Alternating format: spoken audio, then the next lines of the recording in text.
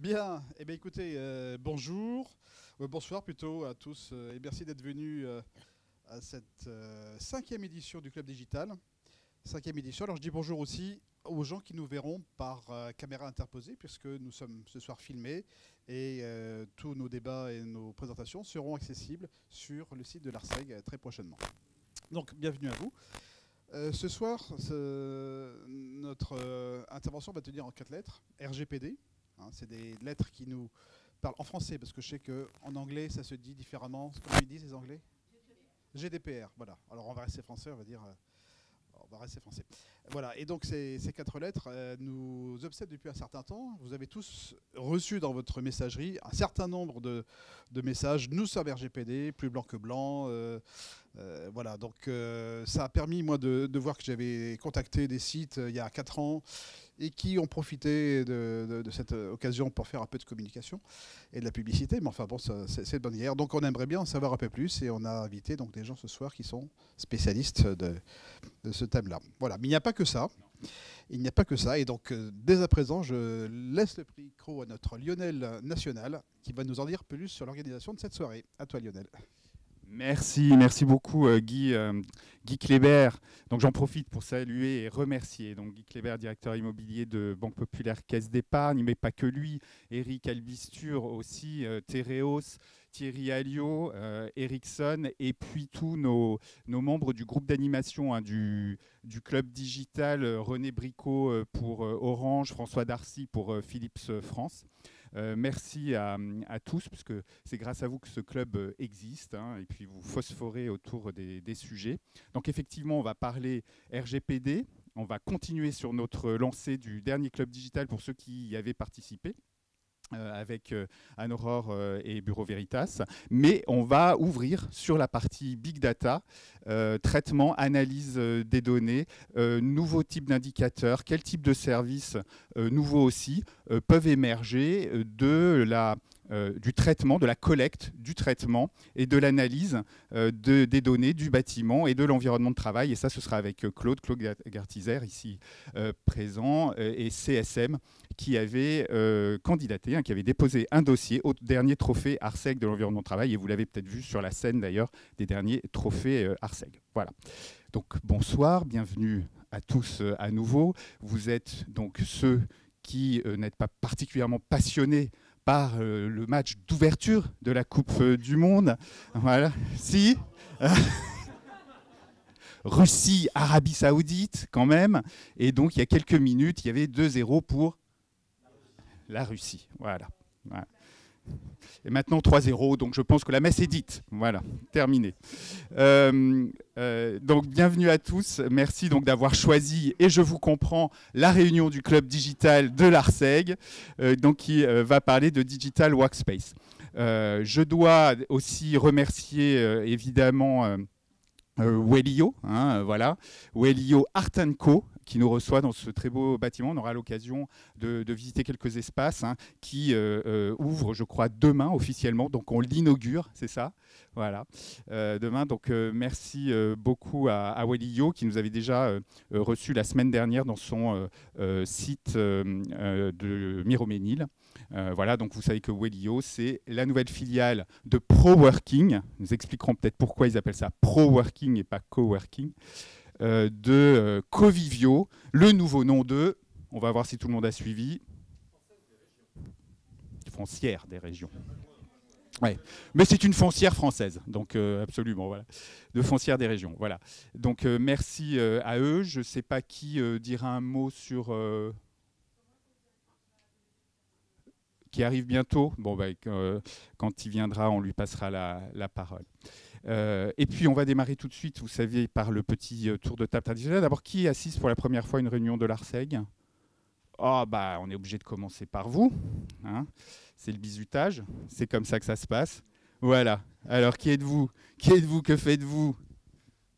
Bonsoir, je suis Frédéric Blaret. Je suis à direction informatique de Covea, donc groupe qui rassemble les entités GMF, MAF et MMA.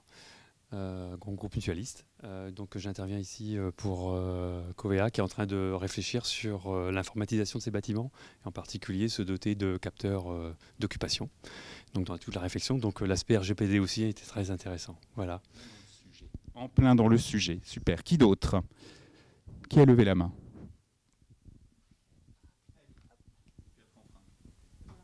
Oui, donc Nathalie Crépert, Bureau Veritas Certification. Je suis directrice commerciale, donc j'accompagne ma collègue qui va vous présenter donc notre produit sur la RGPD. Voilà. D'ailleurs, je ne sais pas si on dit la RGPD ou le RGPD, parce que c'est le règlement normalement. Le règlement en général. Voilà. Qui assiste pour la première fois? Allez.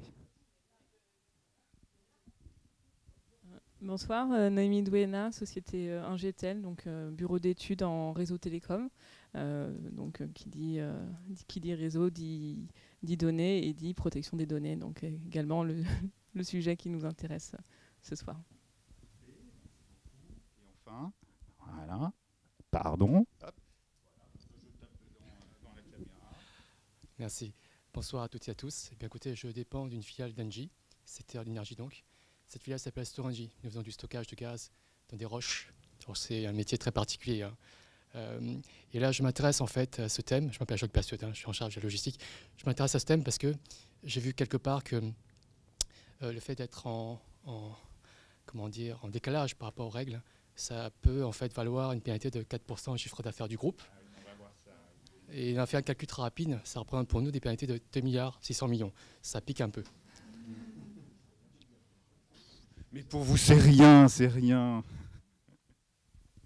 Bonjour, Soline Dubernay, je travaille avec Guy, je m'occupe de réglementation justement, le RGPD, j'ai déjà beaucoup, communiqué sur le sujet depuis 1 an et je m'occupe également de communication et d'édition, voilà, au sein de la direction immobilier et services généraux du groupe BPCE.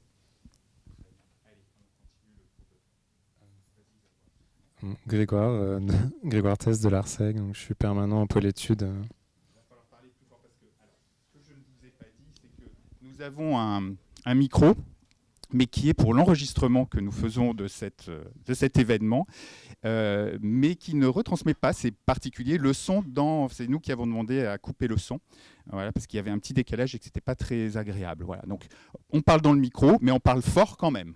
Voilà.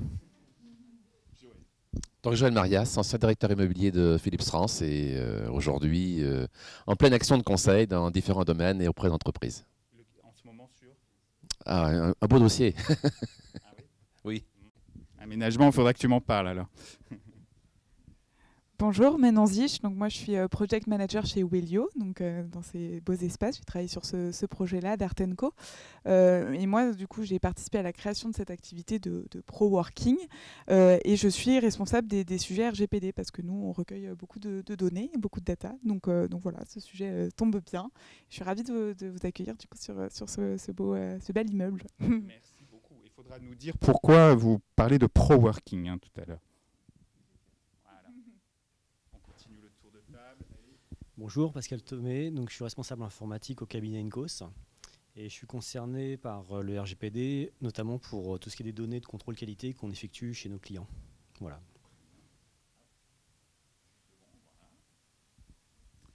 Bonjour, Hélène Jolibois, à la direction immobilière et services généraux de Renault et en charge particulièrement en fait, de la GDPR pour cette direction auprès de la direction juridique. Bonsoir, Solange Wang, je travaille également à la direction immobilier et services généraux du groupe Renault et je suis en charge des enquêtes de satisfaction auprès des résidents. Ça de la fonction. Super. Et vous avez l'habitude des caméras parce qu'elle joue avec la caméra et avec c'est bien. Il faut que je me représente. Bonsoir, Eric Albisture, je suis le patron de l'environnement de travail du groupe Tereos. Et je suis très sensible au sujet puisque quand j'ai posé la question à MFMR comment ils vont gérer la donnée, ils m'ont dit écoutez on réfléchit à recruter des DPO. Donc quand vous demandez ça au Big Four, il y a du boulot. Absolument. Thierry Alliot, donc je suis directeur de l'environnement de travail et de la sécurité chez Ericsson France. Et bon, la RGPD c'est à tous les étages ne serait-ce que pour la sécurité, les badges et tous ces systèmes-là, qui accèdent, comment, pourquoi, etc., etc. Il y a X sujets derrière ça.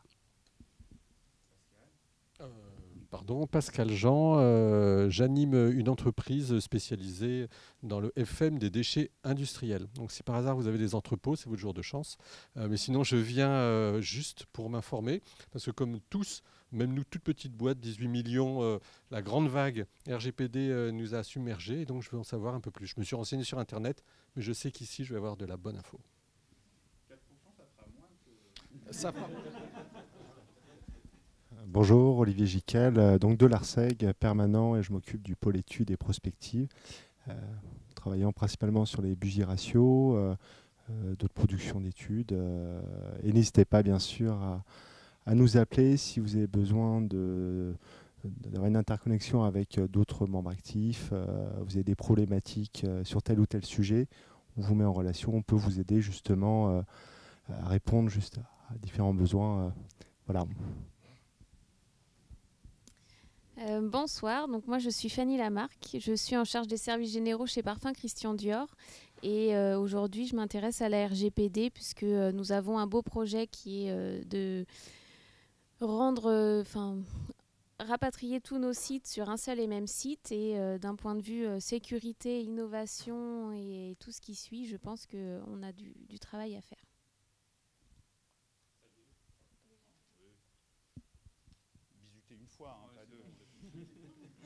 Bonjour, Hélène Miscopin, cabinet Erdia. Nous sommes spécialisés dans le conseil en organisation et système d'information. Et à ce titre, nous sommes intéressés par le RGPD, mais également par le club digital de l'ARSEG, auquel nous souhaiterions apporter notre pierre. Bonsoir à tous. Donc Caroline Plichard, société CSM, en charge du business développement. Je ne vais pas vous expliquer ce que CSM fait, puisque mon collègue Claude est là et va vous expliquer dans une vingtaine de minutes, quoi. Bonsoir, Amaury de Saint-Martin, société Aremis, business développement également. On accompagne nous les grands utilisateurs dans l'optimisation de leur environnement de travail, de leur patrimoine immobilier.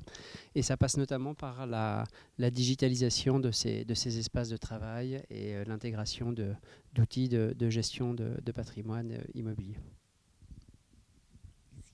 Bonsoir, Nicoletta Di Michele, je suis du bureau Veritas France, Service France, et en soutien à Anne-Laure pour répondre à vos questions. C'est fait. Anne-Aurore et Claude auront l'occasion de se présenter plus complètement. Et j'accueille donc avec plaisir Olivier et Steve. Voilà, et venez. Allez, venez à côté de moi. Directeur activité bureau donc, de Covivio, hein, c'est ça. Le nouveau nom, on en parlait à l'instant de Foncière des régions. Merci beaucoup de nous accueillir hein, ici chez Wellio Art & Co. On est les premiers quasiment, non? C'est ça? Voilà. Donc, très bien. Donc, merci. Et puis, je vous cède la parole quelques minutes d'avoir pour nous présenter Wellio peut-être. Et puis, ce concept de pro-working que vous êtes les premiers à promouvoir. Merci. Donc oui, moi effectivement, je gère le patrimoine Bureau France, puis aussi le développement en Europe.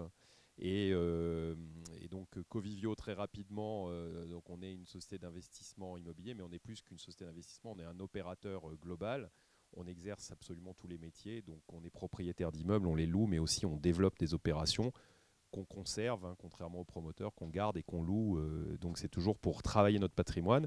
On est un groupe européen. Aujourd'hui, d'où le changement de nom, parce que Foncière des régions, on a un petit peu de mal. Voilà. Non, mais alors, entre ceux qui nous confondaient avec des sociétés parapubliques et les gens qui avaient du mal à le prononcer à l'étranger, il nous fallait quelque chose de plus fédérateur. Et donc, on est présent dans 5 pays. Hein, on est présent dans 5 pays, au UK, en Allemagne, en France, en Italie et en Espagne. On gère un patrimoine de 22 milliards en Europe, avec du bureau en France, en Italie, de l'hôtellerie partout en Europe. On est numéro 1 européen de l'hôtellerie avec 47 000 chambres maintenant dans les 5 pays, et puis beaucoup de résidentiels en Allemagne. Alors le pro-working, très rapidement, donc ici vous êtes sur Art & Co, c'est le troisième site que nous ouvrons, après Marseille Calypso et The Line, avenue Delcassé.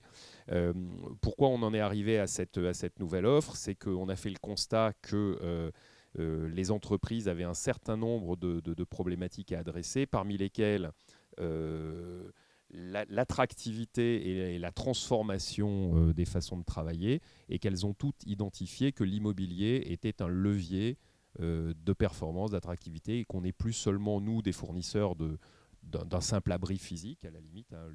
Les Anglais disent c'est plus un shelter, l'immobilier, mais c'est bien un outil de travail qui va permettre d'attirer à la fois des talents, des collaborateurs, de les retenir, qui va être un outil au service de l'efficacité et qui va être aussi un outil, un vecteur d'image vis-à-vis des clients. Et on a fait, nous, le siège de OnePoint à Paris. Aujourd'hui, leur immeuble est devenu vraiment leur outil de travail, puisque c'est là qu'ils incubent notamment un certain nombre de comités de grandes sociétés pour travailler avec eux sur la transformation digitale.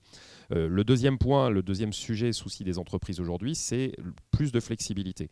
Plus de flexibilité parce que le monde change très vite, les cycles s'accélèrent. Et il y a des entreprises qui se développent très fortement, des jeunes startups qui grossissent très très vite. Il y a aussi beaucoup plus de collaboration entre les entreprises, donc des questions souvent d'équipes projets à monter pour une durée déterminée. Et le cadre des baux commerciaux, qui est le cadre classique en France, est un cadre qui est rigide. Je pense que vous le pratiquez tous dans vos sociétés. Donc c'est le fameux 369. Et puis si on veut des grosses surfaces, il faut s'engager plus longtemps. Et puis après, on est un peu coincé. Là, ce qu'on offre aux entreprises, c'est la possibilité d'avoir accès à du bureau comme on va à l'hôtel. C'est vraiment de l'hôtellerie de bureau. Donc c'est flexibilité totale à la fois en matière de taille d'implantation, flexibilité totale en matière de durée.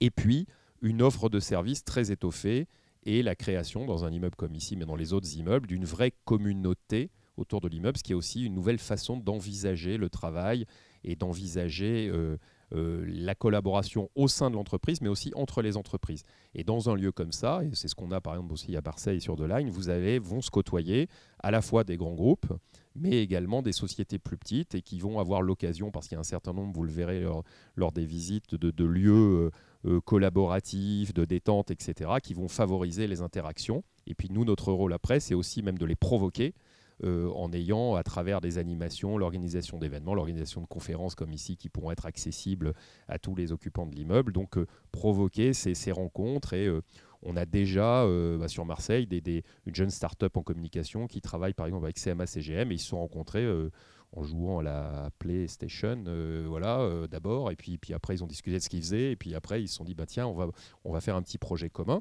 Tout le monde était gagnant parce qu'ils ont loué des espaces, etc. On était très contents. Voilà.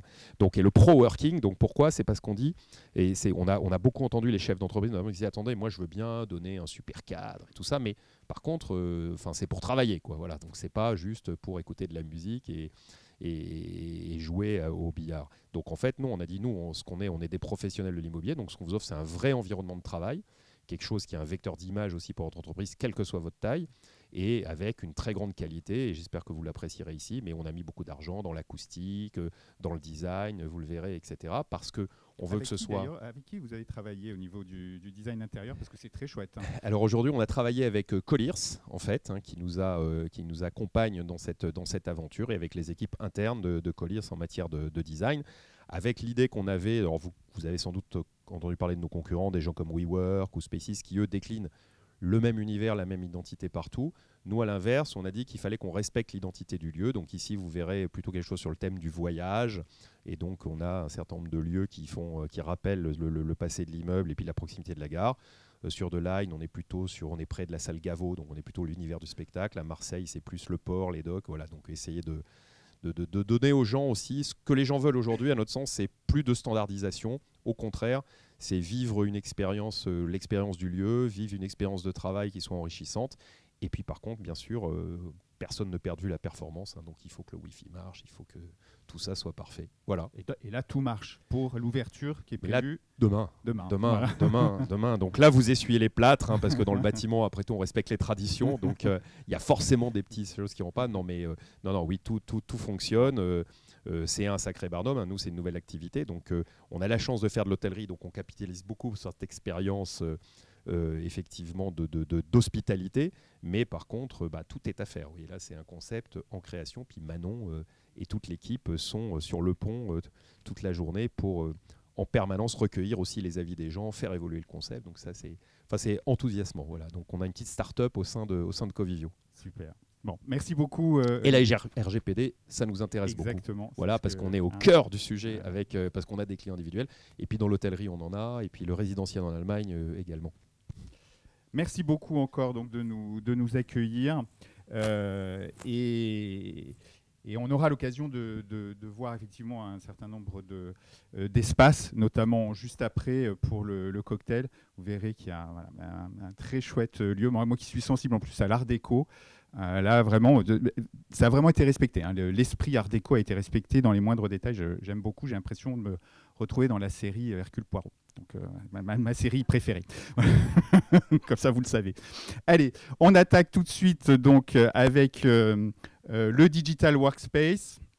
Je n'ai pas pu mettre les vraies photos, hein, voilà, puisque on va découvrir, mais ça ressemble très très fort. Vous allez voir, on va se retrouver dans cet espace-là, visualisé, et on va se retrouver tout à l'heure dans cet espace pour le cocktail.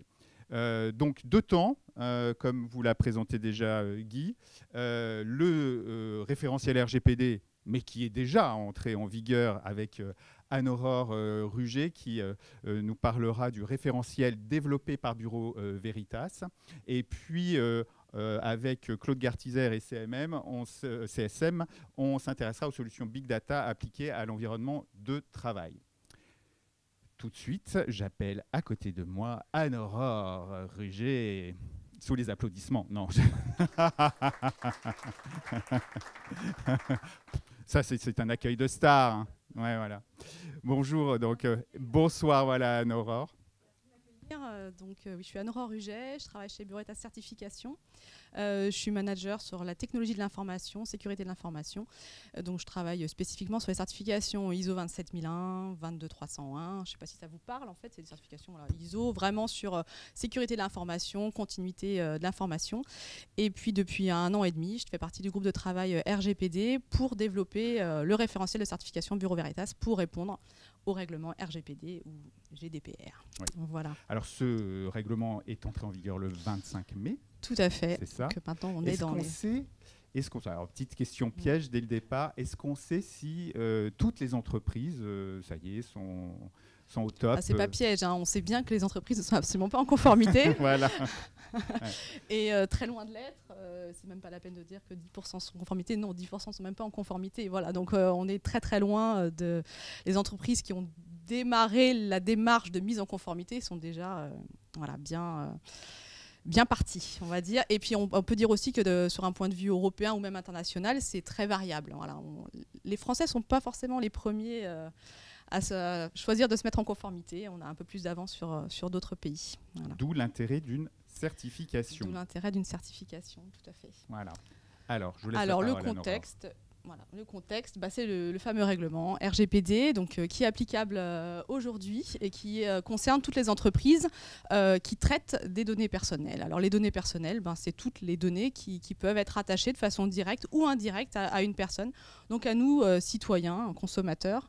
Donc ça nous parle vraiment à tous, même si on oublie notre appartenance à une entreprise, nos responsabilités, on se met en tant que consommateur, on a des cartes de fidélité, on donne des données personnelles à tout va, on reçoit des mails, voilà. Donc on sait, ça nous parle, c'est quelque chose qu'on identifie très très bien.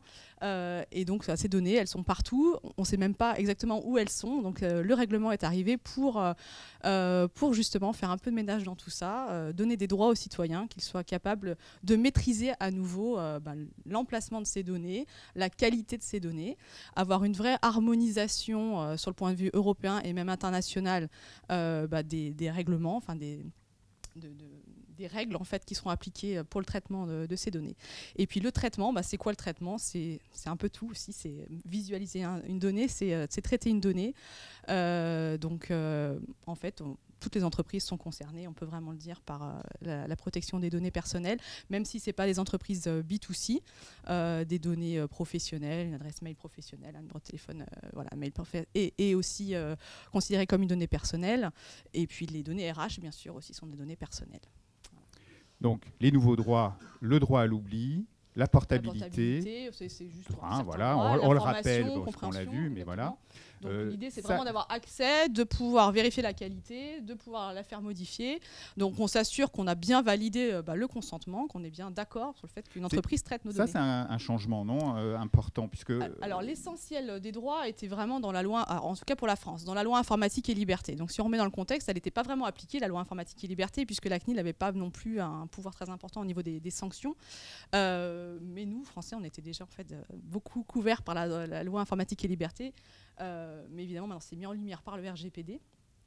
Et puis, c'est vrai qu'au niveau du consentement et de la compréhension, c'est beaucoup plus clair qu'avant. Maintenant, on ne peut pas juste avoir dans des conditions générales, en petite ligne, qu'on accepte, en fait. Voilà, il faut vraiment spécifier, montrer qu'on accepte bien, qu'on a bien compris. Et particulièrement aussi pour les enfants, il y a des spécificités pour s'assurer que, voilà, ils ont bien compris, en fait, ce qu'il allait se passer avec les données. Pourquoi je tilte sur le consentement? C'est parce qu'à la dernière précédente réunion du Club Digital, on a eu des questions sur ce sujet, puisque on est dans le cadre professionnel et que là, on récupère quand même de la donnée de salariés. Jusqu'à présent, on ne demandait pas forcément le consentement pour établir un badge d'accueil, pour pouvoir se déplacer dans l'entreprise, etc. Bon. Alors ce qui compte, c'est surtout la licéité du traitement. Donc en fait, on n'aura pas forcément le consentement qui sera obligatoire dans tous les cas. En fait, ce qu'il faut, c'est justifier pourquoi on a besoin de cette donnée et que ça soit sollicité. Donc pour certains. Par exemple, on peut aussi avoir un droit légitime à traiter de la donnée. Donc il y a différentes possibilités qui sont bien expliquées dans le RGPD pour collecter et traiter cette donnée. Dans beaucoup de cas, ça sera le consentement, mais dans d'autres cas, l'intérêt légitime pourra aussi fonctionner. Pour faire fonctionner un contrat, on a besoin de la donnée. Voilà. Oui. Portabilité, c'est justement c'est le mouvement en fait de la donnée. C'est qu'elle peut être, on peut demander que ça soit traité la donnée par un autre organisme. Du coup, dans le règlement, il y a aussi des spécificités qui expliquent sous quelle forme la donnée doit être transférée. Déjà, on a le droit de demander le transfert de cette donnée, et puis il faut que ça soit sous format exploitable, ce genre de choses. Voilà, c'est très bien spécifié. Et le règlement, harmonise de façon européenne et internationale. L'idée aussi, c'est que la donnée peut être en mouvement aussi au sein de l'Europe. C'est facilité avec des règles communes, en fait, du coup, le transfert des données. L'obligation de sécurité et de confidentialité. Ah, il y avait une question, pardon. Une autre question. Oui.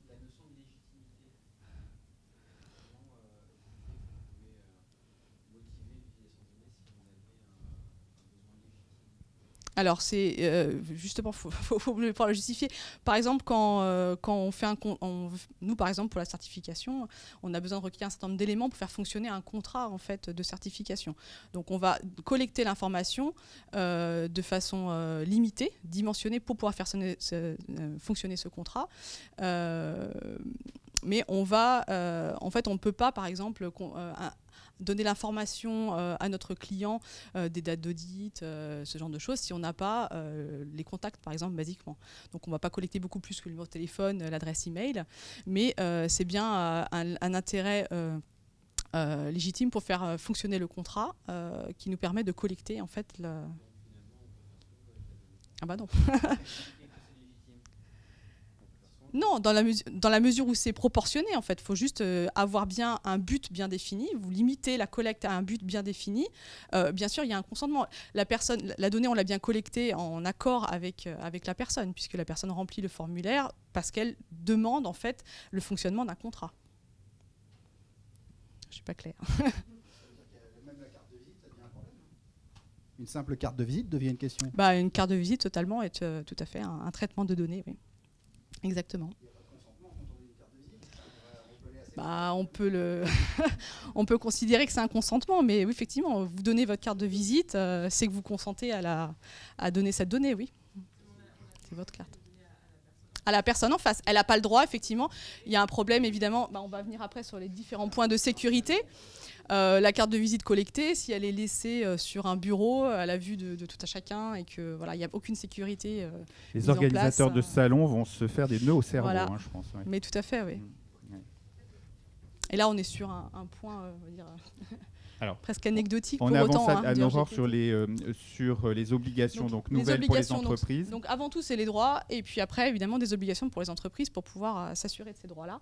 Avec ce qui est nouveau, le principe de responsabilité et l'accountability en anglais. Donc la charge de la preuve, en fait, est à l'entreprise. Elle doit démontrer qu'elle est conforme, donc avoir mis en place tous les outils, tous les éléments pour pouvoir démontrer à l'autorité de contrôle la conformité. Et la protection doit être faite par défaut et dès la conception. Par défaut et dès la conception, voilà, anticipée, exactement. Et puis des exigences par rapport aux violations des données, donc notamment en termes de communication, évidemment en termes de sécurité, prévention, mesures correctives, mesures préventives, et une nouvelle fonction et compliance. Donc on parle beaucoup, on l'a sauté un peu, mais les mesures de sécurité, de mesures techniques et organisationnelles, telles que c'est indiqué dans le règlement.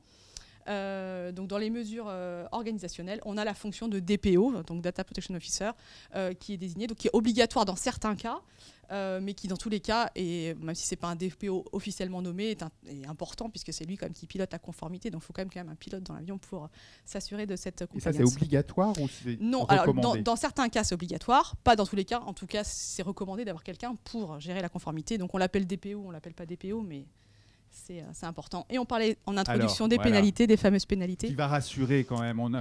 Non, on n'atteindra pas les 2 milliards. Non. Maximum 20 millions d'euros ou 4% du chiffre d'affaires. Voilà. Donc c'est la plus grosse des valeurs qui compte. Donc, oui. Donc du coup, c'est 4%. Voilà, chiffre d'affaires mondial.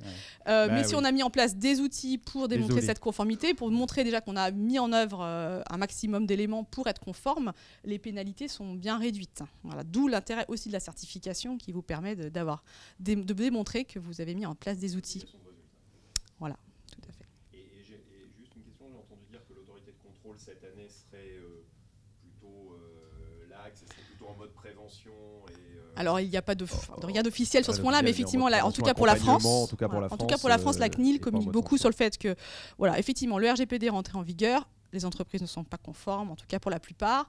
Ce qu'elle attend, c'est vraiment la conformité à la loi informatique et liberté déjà, puisque ça, c'est applicable depuis la loi de 78, donc c'est pas nouveau.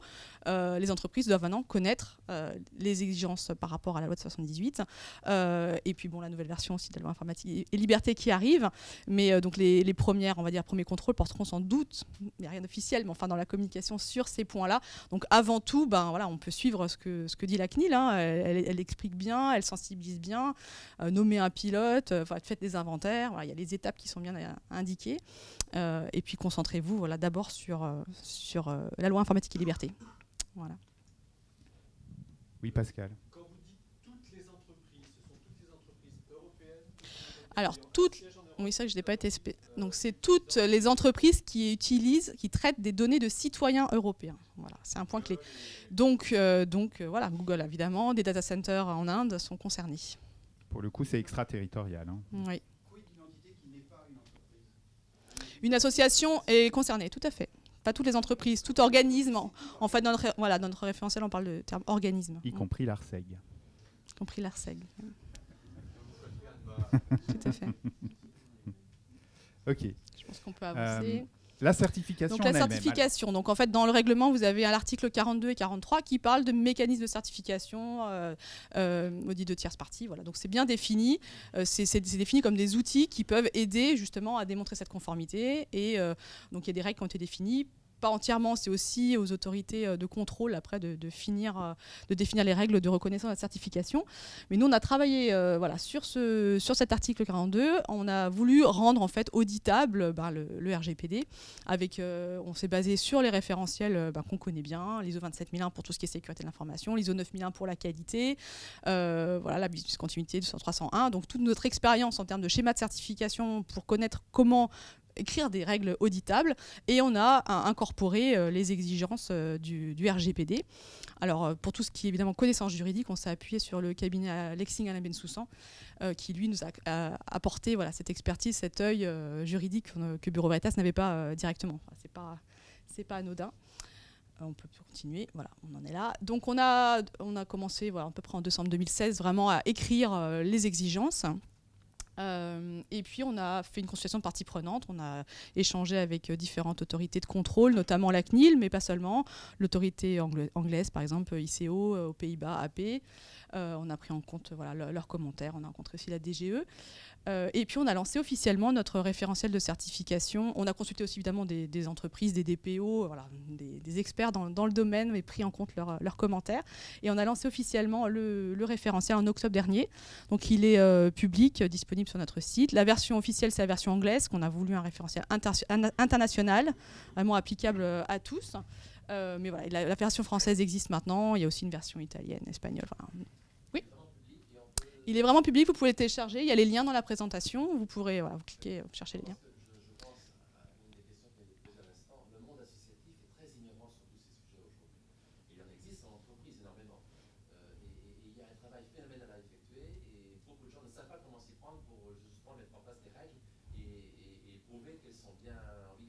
C'est pour ça qu'on a vraiment voulu un référentiel public.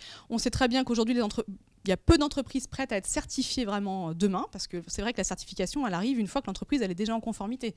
Il a fallu mettre en place toutes les exigences. Mais donc aujourd'hui, le référentiel, il est disponible. Vous pouvez vraiment l'utiliser comme un outil pour vous guider dans votre mise en conformité. Voilà.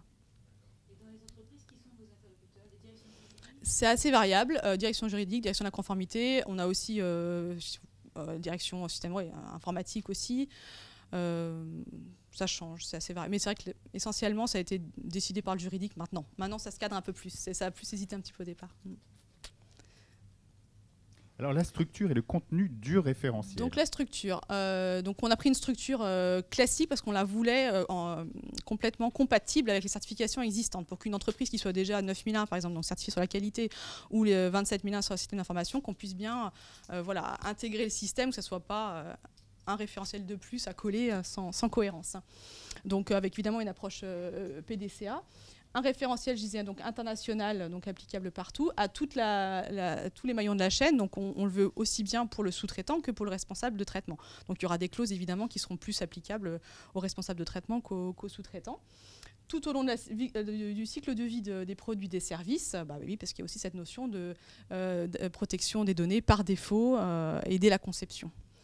Et puis on peut l'appliquer avec des restrictions de périmètre, en tout cas au début, on va dire, pour mettre en place les exigences, on peut restreindre à un département éventuellement, mais il faut quand même prendre les fonctions support essentielles, parce qu'on ne fait pas une certification de produit, on ne va pas dire qu'un logiciel est en conformité avec RGPD, c'est bien l'entreprise qui développe le référentiel, le logiciel qui va être certifié.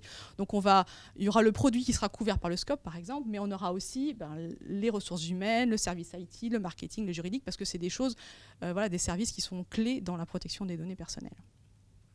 C'est une certification d'entreprise.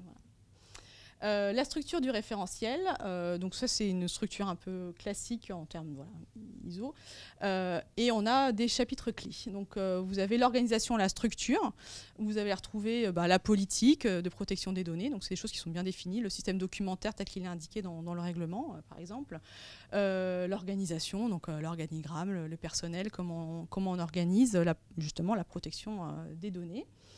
Vous avez un chapitre sur le risk management, puisque le référentiel, le règlement RGPD parle de PIA, DPIA, donc c'est Data Protection Impact Assessment, donc c'est une analyse d'impact qui doit être effectuée.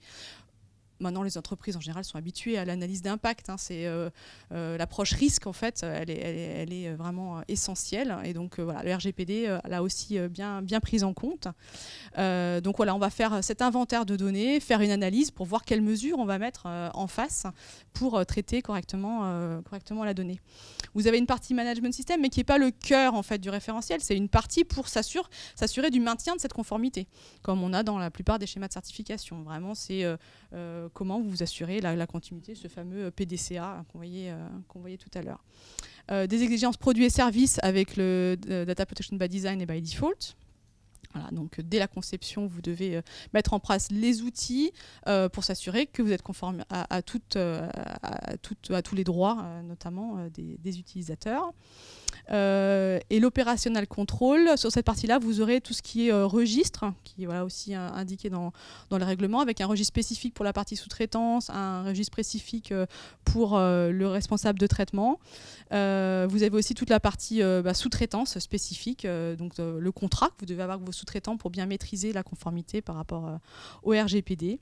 Et puis le dernier point, les ressources. Alors les ressources, ça couvre aussi bien l'infrastructure, justement le système de la sécurité, le système d'information, tous les moyens que vous devez mettre en place pour éviter justement qu'il y ait des brèches de données, et puis comment elles vont être traitées, et puis les ressources humaines, avec la sensibilisation du personnel, la formation, et voilà, tout ce qui suit.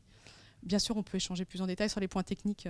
Voilà. Le cycle de certification, donc ça, c'est ce qu'on propose toujours, c'est une préévaluation. Donc c'est ça qu'on a plus d'entreprises aujourd'hui qui sont au stade de la préévaluation, voire une sorte de gap analysis, voir où ils en sont par rapport à la mise en conformité par rapport au référentiel. Nous, on certifie bien par rapport au référentiel, on ne va pas prendre dans le RGPD, c'est vraiment certification par rapport aux exigences de notre référentiel. Et puis, vous avez un cycle de 3 ans avec une évaluation de la conformité en année 1 en 2 étapes. Documentaire, puis vraiment vérification sur site avec interview des personnes, et puis un suivi voilà, assez classique. Donc un certificat valable 3 ans. Alors les bénéfices, évidemment. Alors les bénéfices, bien sûr il y a les pénalités, mais pas que. Voilà, les pénalités, disons que ça motive au départ, mais voilà, il ne faut pas voir le RGPD que par rapport à ces pénalités. C'est vraiment aussi, en tout cas pour les entreprises B2C, c'est vraiment un différenciant en fait, de vraiment démontrer qu'on traite leurs données avec soin, et c'est pour ça qu'on a reçu aussi tous ces mails ces derniers temps, nous consommateurs, nous disant voilà, que voulez-vous faire de vos données, est-ce que vous voulez continuer à recevoir une newsletter. C'est vraiment ça valorise votre image, c'était vraiment essentiel de communiquer sur le fait que vous aviez pris en compte le RGPD ces derniers temps. Par contre, après, je ne sais pas si ça change grand-chose, je ne sais pas qui est allé dans chaque mail vérifier où était, dit là oui, là non, là je veux bien. Après, on en a eu tellement qu'on n'a peut-être pas fait sur tous. Peut-être pour les premiers, on était motivés. Moi, et puis j'ai après, tout accepté, direct. Ah oui, c'est vrai. Voilà. Alors ça dépend comment ça a été géré. Dans la plupart des mails, quand on ne répondait pas, on était retiré des bases en fait. Voilà. Ça dépend comment ils l'ont formulé. Hein. Mais dans la plupart, voilà. Dans la plupart des mails, c'était formulé si faute de réponse, si vous n'acceptez pas, donnez pas votre consentement, voilà, c'est explicite, vous serez retiré de la base et vous ne recevrez pas nos newsletters. Alors ça dépend aussi de la façon dont ça a été formulé. Bon. Vous n'avez rien à faire, rassurez-vous. Donc ça dépend peut-être des mails aussi et de la façon dont les juristes ont abordé le sujet. Ouais. Voilà. Parce que là, pour le consentement. Non, ça c'est pas valable. Ça c'est pas valable. Non. Donc pour l'entreprise, voilà. Donc bien à l'international, c'est vrai qu'aujourd'hui, nous, on a plus de demandes qui viennent presque hors Europe. Parce qu'en fait, les entreprises, notamment des data centers étrangers qui traitent de données de citoyens, veulent prouver qu'ils sont justement conformes au RGPD. Et donc, ils ont peut-être plus de pression au travers de la supply chain que finalement les entreprises françaises qui entendent la CNIL et qui se disent on commence, on y va, et puis voilà, on a un petit peu de temps. Il y a un délai. Il y a un petit délai. Voilà. Et c'est vrai que donc la supply chain, c'est vraiment un point vraiment important. Je pense que les demandes viendront vraiment par rapport aux sous-traitants. Les sous-traitants ont besoin de montrer patte blanche, montrer qu'ils sont en conformité, ou je dis sous-traitants ou fournisseurs. Voilà, ça sera peut-être, c'est ce qu'on sent en tout cas nous sur le marché. Ça va peut-être commencer par une mise en conformité, voilà, sous-traitants, fournisseurs, avant les grandes entreprises. Bon, les voilà. Donc responsable de traitement. Voilà. Évidemment, quand il y a un schéma de certification tout fait avec qui est public, c'est plus facile de se mettre en conformité par rapport à ces exigences-là qui sont auditables et qui sont éprouvées que de faire sa propre conformité tout seul. Même s'il y a évidemment beaucoup de cabinets de conseil ou cabinets juridiques qui se positionnent pour vous accompagner et qui sont pour certains très, très bons. Donc il ne faut pas hésiter aussi à faire appel à eux. Et puis pour les sous-traitants, démontrer cette conformité. Juste un mot rapide sur les codes de conduite. Le règlement parle aussi de code de conduite, code of conduct, comme possibilité en fait. Donc ça, le code de conduite, c'est intéressant surtout sur des fédérations. On voit ça qui monte un code, c'est une sorte de référentiel en fait commun de critères pour mise en conformité. Donc c'est vrai que sur un corps de métier, c'est pas mal de mutualiser pour des associations, pourquoi pas. Ah, pour des branches, par exemple des branches professionnelles. Voilà, des branches professionnelles peuvent définir, définir, voilà, ce qui permet à des petites entités qui n'auraient pas pu monter par elles-mêmes des critères, d'avoir quelque chose de commun. Et puis le règlement spécifie bien que ce code of conduct peut être audité par une tierce partie. Donc là aussi, nous aussi, on peut intervenir, soit pour vous aider à élaborer ces codes de conduite, donc simplifié par rapport à notre schéma de certification par exemple, et puis voilà, auditer pour vérifier que tout est fait correctement. Voilà. Vous avez des demandes des départements RH des entreprises, parce qu'eux ils traitent essentiellement de la donnée personnelle.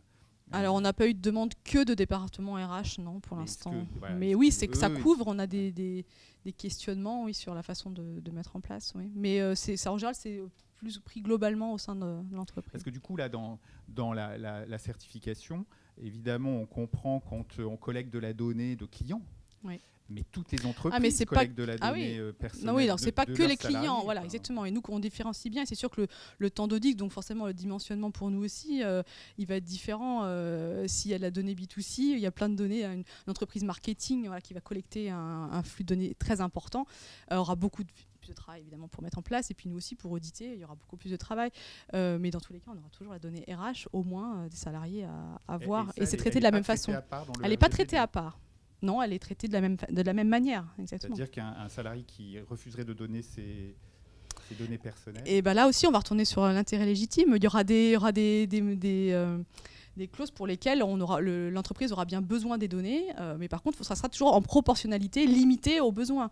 On ne va pas demander un numéro de sécurité sociale juste pour faire passer un entretien RH. Par contre, on en aura besoin à un stade une fois au moment du recrutement vraiment réel. Voilà. Donc il faudra toujours dimensionner. On a de plus en plus de CV anonymisés parce qu'au départ, finalement, les ressources humaines, elles ne savent plus quoi faire de tous ces CV qu'elles reçoivent avec des données personnelles. Au départ, on ne sélectionne pas vraiment sur le nom, l'adresse, on sélectionne vraiment sur l'expérience professionnelle. Donc on voit évoluer les pratiques RH par rapport à...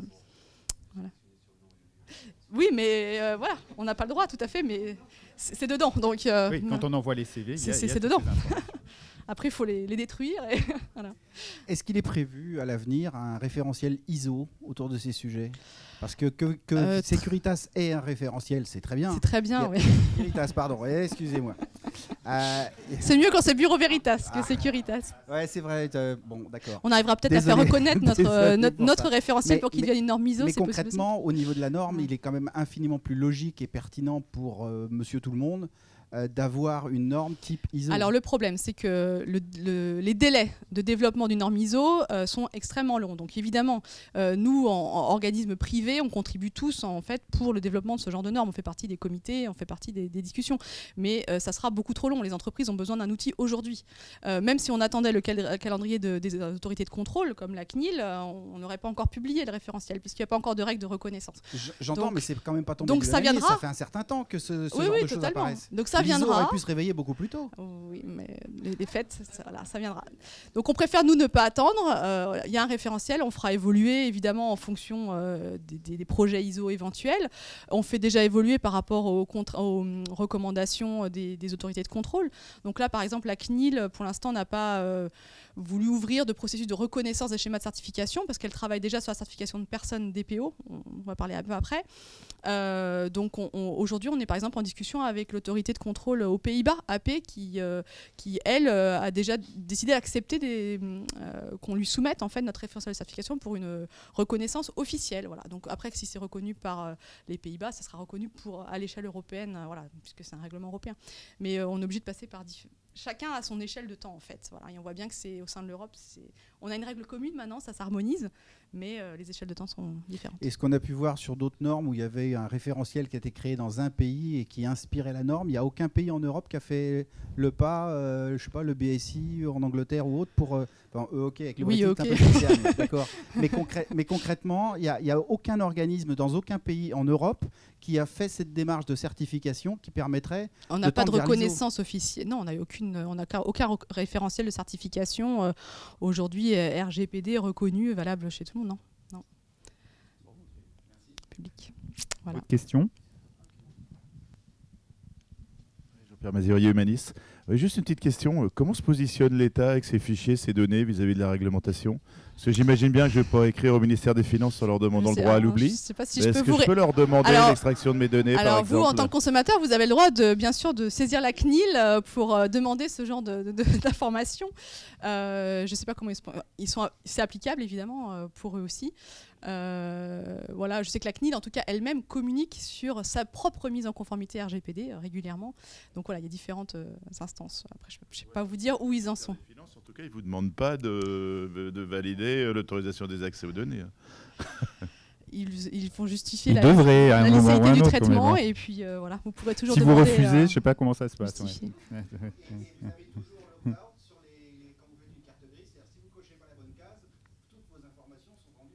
Voilà, ça ils ont absolument pas le droit. Ouais. D'accord. Bah, c'est complètement hors, évidemment, conformité RGPD, on est bien d'accord. Voilà.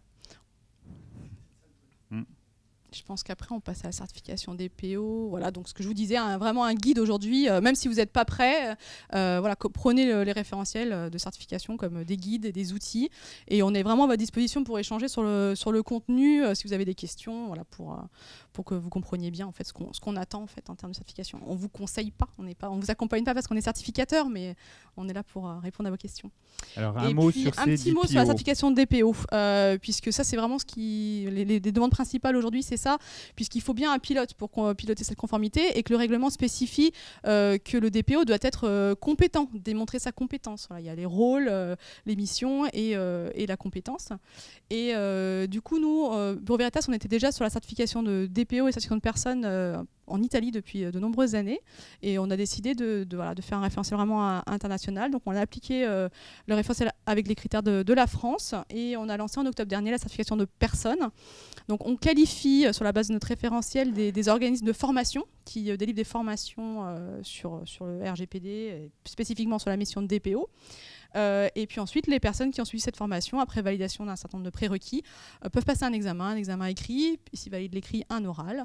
On vérifie les compétences et on leur délivre un certificat valable 3 ans. Voilà, donc on a plus de demandes sur ça en ce moment, puisque c'est vraiment on commence par désigner quelqu'un. Et puis voilà, pour les petites structures, par exemple, qui ne peuvent pas nommer forcément un DPO en interne, on a les DPO mutualisés, des DPO externes. Du coup, d'avoir recours à un DPO certifié, ça permet d'être plus en confiance. Voilà.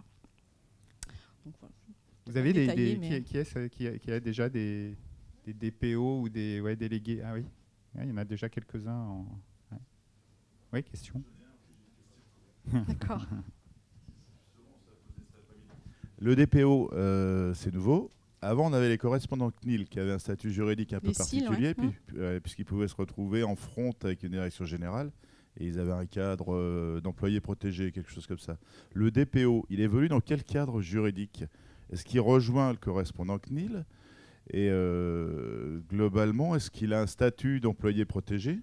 Comment ça se passe? Parce que là, on parle de certification du bonhomme des compétences. Est-ce que le jour où il va aller voir son DG en lui disant ça va pas du tout, tu es complètement à côté de la plaque et je vais être obligé de faire jouer mon devoir d'alerte? La CNIL a bien spécifié que c'était pas au DPO de porter toute la responsabilité de la conformité de l'entreprise. Là, c'est quand même, il y a eu quand même quelques débats, mais c'est quand même c'est le responsable de traitement qui est quand même responsable de la conformité. Alors, il nomme le DPO en tant que pilote, hein, bien sûr, cette conformité. Donc, le DPO se doit, avec ses missions précises, de conseiller, de gérer un certain nombre d'outils, mais la responsabilité reste bien sur le responsable de traitement et pas sur le DPO.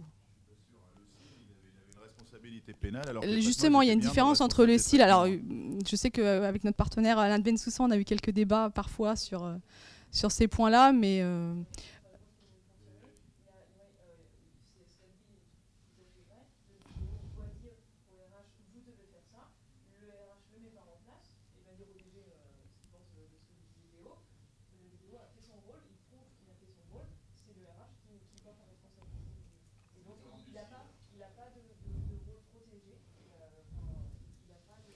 il a des responsabilités, mais la responsabilité reste bien sur le responsable de traitement.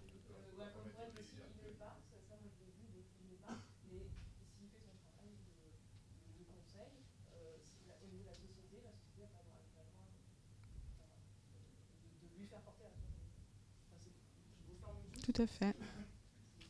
D'accord. Il faut qu'il fasse, il il faut qu'il prouve qu'il a fait la démarche d'alerter. Voilà, d'alerter. Et voilà. Ok, très bien. Voilà. Merci beaucoup Anne-Aurore. Un petit tour de table pour savoir où vous en êtes justement sur le RGPD, les uns et les autres. Voilà, là, des questions peut-être spécifiques qui se posent par rapport à la fonction environnement de travail. Est-ce que, d'abord, est-ce que vous travaillez dessus? Voilà. Et qu'est-ce que vous soulevez comme question ou comme problématique par rapport aux activités liées à l'environnement de travail? Alors, ici, en plus, il se trouve que les occupants sont plus des clients. Voilà. Donc, j'imagine que pour vous, effectivement, c'est un sujet, quoi. Clairement, on travaille dessus. On a eu une réunion avec le comité d'audit. Alors, c'est plutôt sous l'égide du comité d'audit aujourd'hui que ce sujet est traité. Je dois dire que la réunion, elle a donné le tournis à beaucoup de monde, hein, parce que quand on a fait la liste du champ des possibles et tout, on s'est dit, oulala, on s'est fait peur. Hein. Ce qui est sûr, c'est que les questions, elles tournent vraiment autour de qui rentre dans le champ d'application du RGPD, et après, quelles sont les données que je peux légitimement demander aux gens, effectivement. Par exemple, en Allemagne, on a 47 000 logements, donc on recueille évidemment des données personnelles et tout. Et puis, on s'est dit, mais quand on vend un logement, par exemple, est-ce qu'on demande juste le nom, le truc? Alors, on a aussi Know Your Customer, donc on a quelques obligations. Ouais. Mais alors les gens disaient non, mais il faut tout demander, les fiches de paie, ça justement, on peut pas. les trucs d'impôt, tout ça. Et on dit non, on n'a pas besoin de tout ça, voilà. Et on a la même question sur les clients ici, donc on va recueillir des données personnelles. Et puis on a beaucoup de questions aussi autour des collaborateurs. Quel consentement on va avoir? On a fait par exemple une manifestation récemment pour le changement de nom. Et on a des collaborateurs en Allemagne qui nous ont dit « Ah mais moi, je ne veux pas apparaître sur les films de la manifestation qui sont faits. » Et on s'était juste jamais posé la question de savoir si on devait demander le consentement aux gens de les filmer dans le cadre d'un cocktail. Voilà. Donc oui, on y travaille. Alors après, on est hyper en retard. Hein. On est au début de la prise de conscience. Voilà. Donc tout est à faire. Tout début de diagnostic. Diagnostic, ouais. Oui, Thierry disait, ça y est, vous bossez dessus. Et est-ce que tu as fait remonter des questions ou inversement, tu as fait descendre des questions particulières, des points particuliers de vigilance par rapport aux activités environnement de travail? Oui, on a avancé, on a fait tout le PIA, on a fait X étapes derrière, on a fait globalement une grande partie du process déjà décrit. Super. Les difficultés au niveau environnement de travail se portent principalement chez nous au niveau de la sécurité. C'est-à-dire qu'on a, par les systèmes de sécurité, on s'est badgé partout, moyen de suivre une personne dans un bâtiment, savoir quand elle rentre, quand elle sort, qu'est-ce qu'elle fait, etc., etc. Pas seulement nous d'ailleurs, hein, d'autres systèmes type... même la machine à café, on s'est posé la question. Parce qu'on paye par badge, et donc l'enregistrement de l'information remonte par la machine à café.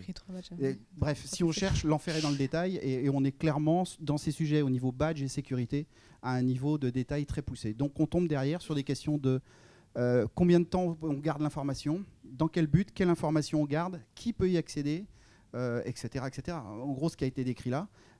Et c'est un vrai travail dans le détail, parce que l'approche qui était évoquée en disant on va prendre le maximum d'informations par monsieur, on prend le maximum d'infos comme ça on se rassure d'eux. En sécurité, c'est là une vraie tendance naturelle, et c'est clairement plus possible. C'est plus possible. Donc ça mène toute une armada de questions derrière. Donc voilà, la difficulté principale qu'on a rencontrée à ce jour, c'est ça. Donc il y a un vrai changement d'habitude, hein, c'est sûr, par rapport ça va à l'encontre de... Non, mais je vais dans ton sens. Après, ça va forcer enfin les professionnels ou prestataires qui se disent professionnels de leur métier à se mettre à bosser un petit peu. Donc c'est une bonne chose. Voilà, tout simplement. Merci. Ça, c'était pour les professionnels. Qui d'autre côté prestataire? Ouais. Bah oui, parce que là, vous venez de vous faire allumer. Alors moi j'avais un vrai point effectivement. Alors sur le côté prestataire, alors on bosse bien entendu, parce qu'on a des points vraiment importants. Enfin nous on est notamment connus en fait justement pour gérer de l'accueil, donc on a un vrai sujet. On a un vrai sujet en fait sur la gestion de l'accueil notamment, puisque la problématique on va dire un peu du RGPD, c'est que ça arrive dans un moment où en plus on a des technologies qui se développent énormément pour gérer de la donnée. Donc on a de plus en plus bien évidemment d'objets connectés, donc ça c'est une vraie question. Je vois, on a développé, nous, des solutions qui sont sur des pads assez simples. Dans les salles de réunion, vous cliquez pour demander de l'information, tout en renseignant, bien entendu, automatiquement qui vous êtes, etc. Donc, on a énormément de données. Et on a d'autres points aussi, et je pense notamment sur les accueils, où on faisait, bien entendu, de la récupération de données, mais qui était consentie. Hein. C'était annoncé au visiteur, où effectivement, il arrivait, il était pris en photo, etc. La problématique qu'on va avoir derrière, c'est justement le traitement de ces images aussi, qui est un vrai souci. Et en interne, l'autre point qui s'est présenté, c'est ce qu'expliquait quelqu'un tout à l'heure, c'est la notion aussi de photographie. C'est-à-dire que vous allez avoir un collaborateur qui va vous donner une photographie pour un badge, mais si demain vous voulez faire, je sais pas, un PowerPoint pour présenter un organigramme de l'entreprise, vous devez lui redemander une autorisation. Si vous présentez sa photographie d'un ensemble de services lors d'une réunion, pareil, vous devez leur demander une autorisation. Donc c'est vrai qu'on descend dans des éléments de détail. Et en parallèle, justement, ces technologies qui se renforcent et qui sont aussi attendues par les clients. Nous, on a des gestions de flux. Donc voilà. Donc sur les flux, si on recroise effectivement avec les badges qui permettent de passer dans tous les étages, dans tous les éléments de l'entreprise, là aussi, on récupère de la donnée. Donc c'est très poussé. Donc nous, ça fait déjà plusieurs mois qu'on travaille sur le sujet. Après, la barrière qu'on va avoir avec nos clients, c'est que les échanges qu'on a pu avoir avec des clients, alors sauf des clients qui sont très avancés, je pense notamment aux banques, qui a un vrai sujet là-dessus, assez étrangement. Elles étaient plutôt avancées sur le sujet. Et on a beaucoup appris en fait, à leur contact quand on a échangé avec eux. D'autres clients nous disent, bon, en gros, écoutez, c'est votre problème. Alors que finalement, on va collecter de la donnée qui ne nous concerne pas. C'est-à-dire c'est soit des clients de nos clients, soit des salariés de nos clients. Donc il y a effectivement un vrai travail à faire là-dessus. Et avoir de l'accompagnement, parce que là-dessus, on n'a pas forcément toutes les réponses, quoi. On a très souvent sollicité la CNIL, qui pour l'instant nous fait des réponses un peu évasives, hein, pour être très clair. On ne sait pas de qui est la responsabilité, etc. Il y a encore beaucoup de choses à définir. Hein. Le RGPD est applicable, mais c'est vrai qu'on a des guidelines par exemple, du groupe de travail article 29 qui arrivent au fur et à mesure, donc beaucoup d'interprétations qui sont à prendre en compte au fur et à mesure. Hein. Ça, même nous, dans le référentiel, on intègre au fur et à mesure. C'est une version 1 du référentiel, il faut en être conscient, on va faire évoluer au fur et à mesure. Jean-Pierre, on a parlé des sociétés, des banques et des assurances, pareil. Hein. On est sur le même combat, parce que plus ça va, plus on fait le même métier, de toute façon. Mais nous, on a découvert des pans qui sont hyper surprenants, parce qu'on s'est tous focalisés, enfin nos équipes spécialistes, sur les SI et la donnée du SI. Et en assurance, par exemple, moi je gère 200 km d'archives papier. Genre on a un bon quart qui est indexé, les 3 quarts, je ne sais pas trop ce qu'il y a dedans, il faut que j'aille à la main avec la lampe de Spéléo. Et si un client nous demande le droit à l'oubli, RGPD, c'est de la donnée RGPD, on est en plein dedans, et on n'a pas du tout les liens d'extension pour aller soit la transférer, soit la détruire. Donc ça, c'est des gros problèmes, et je pense que les assureurs, alors là, moi je parle de 200 km, mais là-bas, ils sont, je ne me rappelle plus quand je gérais ça, mais un peu plus. Ça, c'était un problème. On avait d'autres soucis, je vais vous donner juste 2 exemples, celui-là. Donc. Et le deuxième, c'est nos bases de données immobilières. On a tous nos AutoCAD chargés avec l'intégralité du microzoning de nos sites. Et comme on ne voulait pas s'emmerder avec la RH, en fait, on avait vidé dans les bases de données immobilières tous les numéros de matricule des salariés qu'on associe au numéro de poste de travail. Génial, nous ça marche super vite, je suis pas obligé, j'attends pas la RH. Sauf que là, on est en train de faire un projet de rétro-pédalage, c'est-à-dire qu'on rend la donnée de la personne à la RH pour sortir les systèmes immobiliers du RGPD. Donc c'est des détails, mais c'est des gros boulots, quoi. Oui. Et oui. Ceci dit, avec le flex office. Hein, voilà, non, c'est parce que vous êtes encore, voilà. Hein,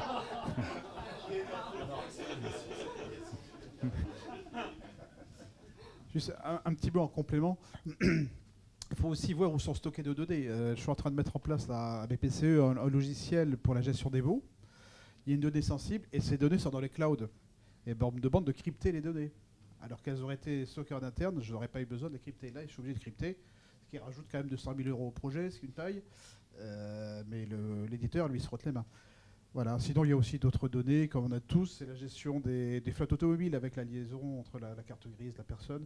Moi, je m'occupe aussi de la documentation du groupe, donc tous les abonnements nominatifs. Monsieur Tartampion est abonné au Figaro, Monsieur Tartampion à tel autre. Enfin, il y a tout un tas de données qu'on n'imagine pas qui sont aussi concernées, quoi. Et là, on te demande d'aller chercher le consentement ou...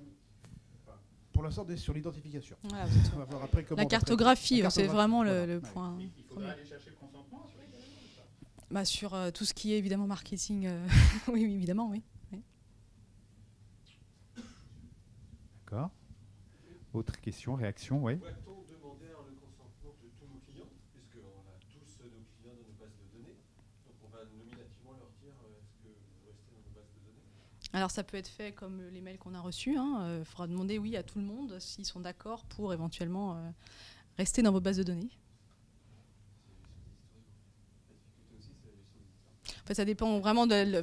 C'est la gestion des historiques. Donc là, voilà, on a des bases de données un peu partout. Enfin, on a des historiques. Nous, on gère aussi tout ce qui est patrimoine immobilier, donc avec les historiques des locataires ou des choses comme ça, ou des immeubles que vous vendez et que vous gardez en base de données parce qu'on lui dit bah non, il faut conserver parce qu'il y a les contentieux. Donc on ne sait pas quand est-ce que ça peut arriver, quand est-ce que ça peut finir parce qu'il y a des délais juridiques. Alors on peut évidemment justifier par rapport aux délais juridiques, mais par contre, il faut à chaque fois, faut repartir de la cartographie, trouver à chaque fois la finalité, la durée associée, voilà, la licéité. Donc faut retrouver aussi, c'est les délais légaux de conservation. Et les délais légaux qui sont du coup qui vous font justement une licéité du traitement. Super, merci beaucoup Anne-Aurore. Ah oui, allez. Merci. Bon, de toute façon, on n'a pas fini d'en parler, je pense. Voilà. Et puisqu'on parlait, tiens, de données, de protection des données et de plus en plus d'objets connectés dans un contexte où on développe les objets connectés, où on va chercher de plus en plus de données et où d'ailleurs ces données, ces informations sont une richesse. Merci beaucoup, Anne-Aurore. À très bientôt. Sont une richesse et sont très clairement, une fois exploités, peuvent permettre de développer de nouveaux services, d'apporter de nouveaux services, de nouveaux indicateurs. C'est ce qu'on va voir avec Claude. Le sujet RGPD, il doit être aussi traité chez vous. Il fait partie des sujets qu'on traite auprès de nos clients. Alors il est à deux niveaux pour nous. Il est au niveau des utilisateurs de notre solution, à travers une application mobile qu'on a développée, et au travers des gestionnaires qui ont accès à notre portail. Ouais. Parce que, donc, Claude Gartizer, donc, ton titre exact d'ailleurs?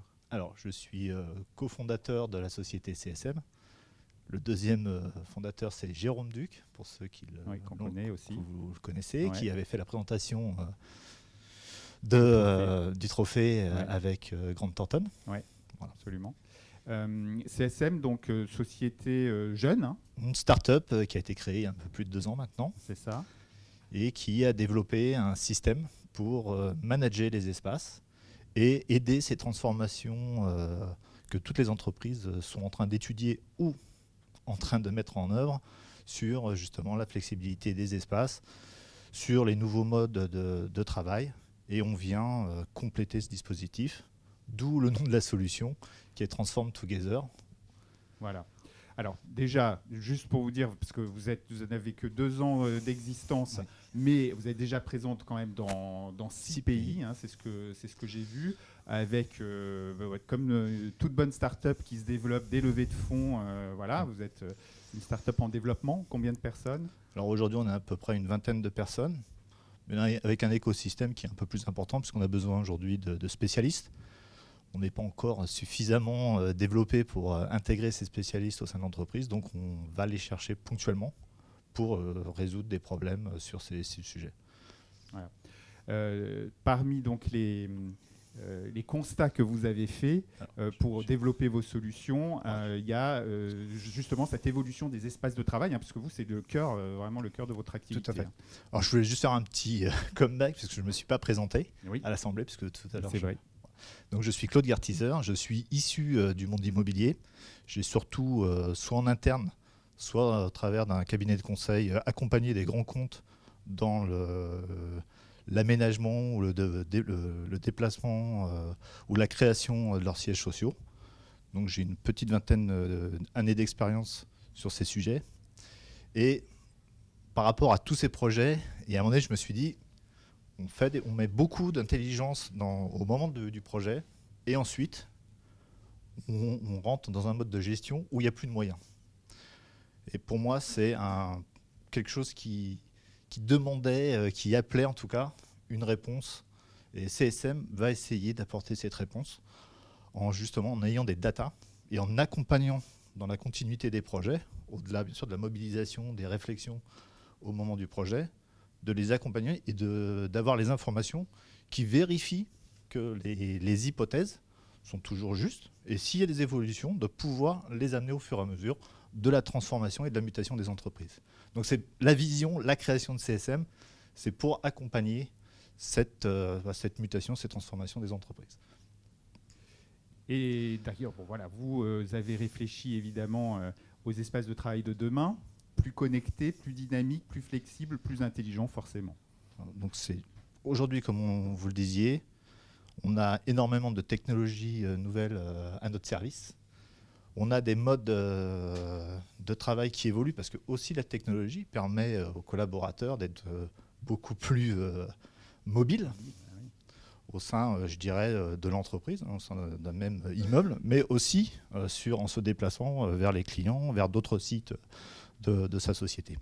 Donc on a accompagné cette mutation en proposant des solutions de mesure de l'occupation, puisque le mode « j'attribue un poste de travail à chaque personne, à chaque collaborateur » existe. Pour certains métiers, ça restera vrai. Par contre, pour l'ensemble de l'entreprise, ce n'est pas forcément la meilleure des solutions. Donc on essaye aussi, à travers notre solution, de vérifier qu'on ne va pas appliquer systématiquement du flex office. Ça n'a pas forcément de sens pour certains métiers. Sur d'autres, ça a du sens. Sur quel taux? Parce qu'on parle de taux, on applique des taux. Il y en a qui ont appliqué des 0,8, des 0,7, etc. Et on applique à toute une entreprise. Pour nous, ce n'est pas une bonne façon de faire et on va justement apporter cet équilibre par secteur d'activité ou même par équipe pour justement essayer d'ajuster et que chacun puisse avoir les espaces, le nombre de postes de travail pour pouvoir s'exprimer au sein de son entreprise. Alors, ce qui est intéressant aussi, c'est que vous avez cartographié comme ça les attentes des différents intervenants, évidemment, autour des projets immobiliers. On les connaît bien, hein, voilà, et les projets d'aménagement, évidemment. Les attentes de la DG, les attentes de la finance ne sont pas forcément les mêmes que celles des RH, hein, plus axées sur l'attractivité, on en parlait. Les attentes évidemment du département immobilier ou des collaborateurs, et vous dites il y a quand même une possibilité de combiner sans les opposer toutes ces attentes. Alors, je dirais mon métier, c'est d'être chef de projet, justement de grands projets immobiliers et de transformation d'entreprise. Donc je me retrouvais confronté à tous ces différents, je dirais, spécialistes de l'entreprise, hein, et il fallait leur apporter des réponses et converger vers des solutions pour pouvoir améliorer le cadre de vie et la performance des collaborateurs de ces sociétés. On ne vous adressait pas de la même façon, je dirais, à une direction générale qu'à un collaborateur ou à un exploitant d'immeuble. Donc on a essayé justement de cartographier les différents, je dirais, grandes thématiques pour pouvoir aussi personnaliser, en fin de compte, nos reports, nos analyses par rapport à ces différents rôles qu'on avait décrit rapidement ici sur le tableau. Donc vous avez aussi cartographié justement la création de valeur par le traitement de données, à la fois donc la partie supérieure, les données en question qui sont intéressantes, c'est ça à collecter, alors, et puis les bénéfices derrière du traitement. Alors, très rapidement, on s'aperçoit que les données, il y a des données qui sont maintenant devenues, ou des systèmes qui sont devenus indispensables, hein, dont j'entendrais parler de la sécurité. Il y a 20 ans en arrière, il n'y avait pas de tripode pour accéder aux espaces de bureau, hein. Bon, il a fallu malheureusement des éléments malencontreux pour renforcer les niveaux de sécurité. Et de même, les systèmes de réservation, je me souviens, je remplissais sur la porte papier que j'avais besoin d'une salle de réunion. Ça existe encore, je le vois encore dans certaines entreprises. Ce n'est plus la majorité, loin de là. Mais en effet, on a des systèmes de réservation qui sont couplés avec des ressources. Je veux le plateau repas, je veux le café, etc., etc. Donc, la réservation, aujourd'hui, quasiment toutes les entreprises, je ne vais pas dire toutes parce que ce n'est pas non plus une généralité, ont des systèmes de réservation qui permettent de faciliter la vie des entreprises. Le système de réservation couplé à Skype et autres systèmes de réunion à distance. Aménagement, tout ce qui est système IWMS, donc qui permet d'avoir tous les plans des entreprises et qui permet de gérer toutes ces ressources. Bon, des fois, ils sont plus ou moins étendus avec de la GMAO, etc. Enfin, ça peut aller très loin, mais ce sont des systèmes qui sont nécessaires pour gérer des parcs importants. Donc c'est une deuxième brique qui regorge énormément de données. Et puis donc l'occupation. Donc tous ces espaces, tous ces systèmes sont faits pour être utilisés pour la performance des entreprises. Et donc on apporte dans cette brique occupation le côté dynamique. C'est-à-dire qu'on notre mesure, elle se fait en temps réel, elle se restitue, je dirais, par période qu'on souhaite. Voilà sur le tableau qui était précédent. Sur celui-ci, on est plus dans notre découpage. Oui, c'est là où vous intervenez, du coup, vous, tout à fait. Particulièrement. Tout à fait. Hein, c'est le fameux Transform Together, c'est ça? Exact. Ouais. Et vous avez plusieurs briques à l'intérieur. Voilà, donc il y a 3 briques qui sont signalées sur ce slide. La première brique, c'est ce qu'on appelle la mesure. Aujourd'hui, on a développé un système de mesure. On peut aussi récupérer des informations d'autres systèmes de mesure pour pouvoir ensuite, à travers la brique analytique, restituer au client, soit à travers nos objets ou des objets tiers, des informations, je dirais, au même format. Et Real-Time, c'est une application mobile qu'on a développée, qui est générique, qui permet de visualiser en temps réel l'occupation des espaces, qui permet aussi de se diriger vers les espaces disponibles. Voilà rapidement les 3 grandes briques de notre solution. Et alors justement, parce que je fais le lien avec l'intervention précédente, parce que du coup, là, pour le coup, pour apporter toutes ces informations aux salariés, aux collaborateurs, vous pouvez anonymiser quand même toutes les données que vous... Notre solution sur la partie mesure est totalement anonyme, puisque ce qu'on vient capter, la solution capte des informations par rapport aux ressources, donc par rapport à la pièce. Donc, cette pièce est une salle de réunion d'une capacité de 50 places. Je vais donner l'occupation de cette pièce en disant elle a été occupée de telle façon, de telle heure à telle heure. Je ne dis pas il y avait monsieur un tel, monsieur un tel. Non. Les personnes, je ne m'occupe pas des noms des personnes, je vais juste restituer l'information d'usage de cette pièce. À travers quoi? Des capteurs, c'est ça? À travers des capteurs, comme je vous le dis, ça peut être des capteurs de présence, des capteurs de comptage, des capteurs... donc suivant ce que souhaite le client, nous allons adapter le type de capteur. Ok, compris. Alors juste oui. Je vais juste finaliser sur la partie analytique. Ah oui, analytique, oui, pardon. La partie analytique est vraiment la partie qui est notre cœur métier, puisque on a créé un certain nombre d'algorithmes pour justement restituer au mieux aux différents rôles de l'entreprise, enfin fonctions, rôles de l'entreprise, pour que ce soit lisible, compréhensible. Ce qu'on ne veut pas, c'est dans la partie analytique, rentrer dans des débats de spécialistes et avoir uniquement des analyses, enfin des données qui soient à trier avec une connaissance très forte du métier immobilier ou du métier DET. Donc on va aussi aider le DET à restituer aisément ces informations. On va le voir d'ailleurs plus précisément avec Grant Thornton, ce que vous avez fait avec Grant Thornton. Donc pour mémoire, je ne sais plus, il y avait 13 000 mètres carrés, c'est ça? Exact. Et le projet, c'était quoi donc avec eux? Alors Grant Thornton, c'est 13 000 mètres carrés, c'est 705 postes de travail qui sont aménagés en bureaux individuels, en bureaux collectifs, en open space, avec des mobiliers très différents, cette typologie de mobilier entre des banquettes, des bureaux, je dirais, cubicaux isolés, soit simples, soit collectifs. Donc il y a toute une typologie.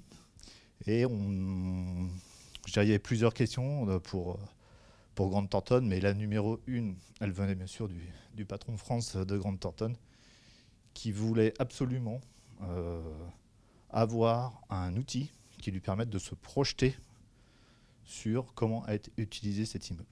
Il était conscient que cet immeuble était surdimensionné par rapport aux effectifs qui devaient rentrer dans cet immeuble, mais il voulait anticiper la croissance, puisque la croissance peut être bien sûr interne mais aussi externe, et pouvoir la maîtriser. Et pour lui, c'était essentiel dans son rôle d'avoir un outil qui permette justement de manager ces faits sans avoir à chaque fois à dire alors toi, service, il y a combien de personnes, etc. Donc il avait comme ça l'outil pour le suivi et pour pouvoir simuler les rachats potentiels ou les croissances internes. Du coup, vous avez déployé de mémoire, je crois que vous avez déployé, alors je ne sais plus combien de capteurs. Sensiblement 1 millier de capteurs. 1 millier voilà, de capteurs, mais en très peu de temps, sur site occupé. On a mis sensiblement, on devait être 5 et on a mis 4 heures. Donc c'est en effet très rapide, bien sûr avec une préparation amont, tous les sujets de paramétrage et autres sont faits en amont. La pose se fait, je dirais, avec des plans. Et on pose les capteurs suivant un référentiel qui est mentionné sur les plans. Là, c'est quand même... voilà. Je ne sais pas si vous avez déjà fait ça ou vu ça, mais en l'espace de quelques années, ça aussi, ça a beaucoup évolué. Hein. Ça, c'est les technologies. Combien c'était compliqué il y a encore pas si longtemps. Là, c'est sûr que... Bon. Et donc, derrière, bien sûr, ce qui est intéressant après, c'est le traitement des données. Voilà. Donc, le traitement des données, comme je vous le disais, on le voulait simple, compréhensible par monsieur tout le monde. On ne veut pas s'adresser uniquement aux spécialistes. Les spécialistes ont leur module, bien sûr, on a pensé à eux, c'est normal, mais on voulait aussi aider ces spécialistes à pouvoir transmettre des informations aux différents niveaux, enfin, rôles ou fonctions de l'entreprise. Alors ce qu'on a créé, c'est déjà une légende relativement simple, avec 3 couleurs de base, le bleu, le vert, le rouge. Quand on est dans le bleu, c'est qu'on est dans des espaces qui sont, on va dire, sous-occupés. Donc plutôt avec des problématiques économiques. Donc peut-être un très bon confort, mais économiquement, pas intéressant pour l'entreprise. Le vert, c'est l'équilibre entre les aspects économiques et les aspects, je dirais, de bien-être. Enfin, de bien-être lié aux espaces pour les collaborateurs. Et le rouge, plutôt un espace, enfin des zones de saturation des espaces, où là, on commence à avoir des niveaux de vigilance par rapport aux espaces. Voilà. Après, on combine les espaces, parce qu'on peut avoir de la place en poste de travail, mais ne pas avoir les salles de réunion ou ce qu'on appelle les bulles, il y a tellement de noms différents, box, cube, enfin bon, pour pouvoir s'isoler rapidement. Et donc on vérifie ces différentes typologies et on va donner une notation à une organisation, à un étage. On voit ici voilà, ce que ça peut donner, par exemple, à l'intérieur du site. Vous avez comme ça placé les différents services, c'est ça que vous avez analysé. Alors là, on est complètement chez Grant Thornton. C'est eux qui ont fait le choix de certains paramétrages, puisque chaque client peut paramétrer ces informations. Nous, on met à disposition, on collecte. Derrière le traitement de restitution, il y a un format visuel qui peut évoluer, mais surtout, c'est les paramètres qui peuvent changer et qui sont définis avec le client dans une session préalable au paramétrage des capteurs. Ici, ce qu'on constate, c'est que globalement, on est dans le vert. Il y a une entité ITRS, pour ne pas la citer, qui est on va dire dans le jaune, dans le rouge, et 2 entités qui sont, je dirais, en sous-occupation. Donc, d'un coup d'œil, j'ai la totalité du rendu de l'occupation de mon immeuble, avec le petit carré vert, le petit losange vert qui est l'ensemble du site, et après le détail par entité. C'est une fonction où il y a beaucoup de mobilité, et ça ne...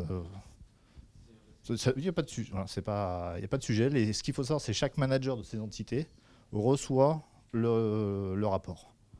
Donc ils peuvent chaque mois être en communication avec le responsable des services généraux sur ce type de reporting.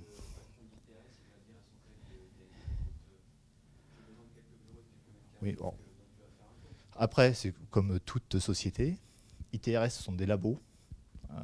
Et en fin de compte, les labos sont soit très occupés c'est un peu saisonnier comme occupation, les labos.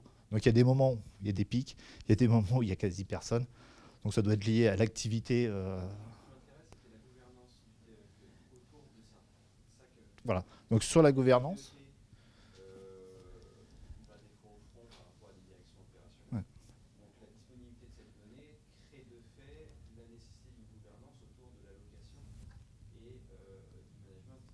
Tout à fait. Tout à fait.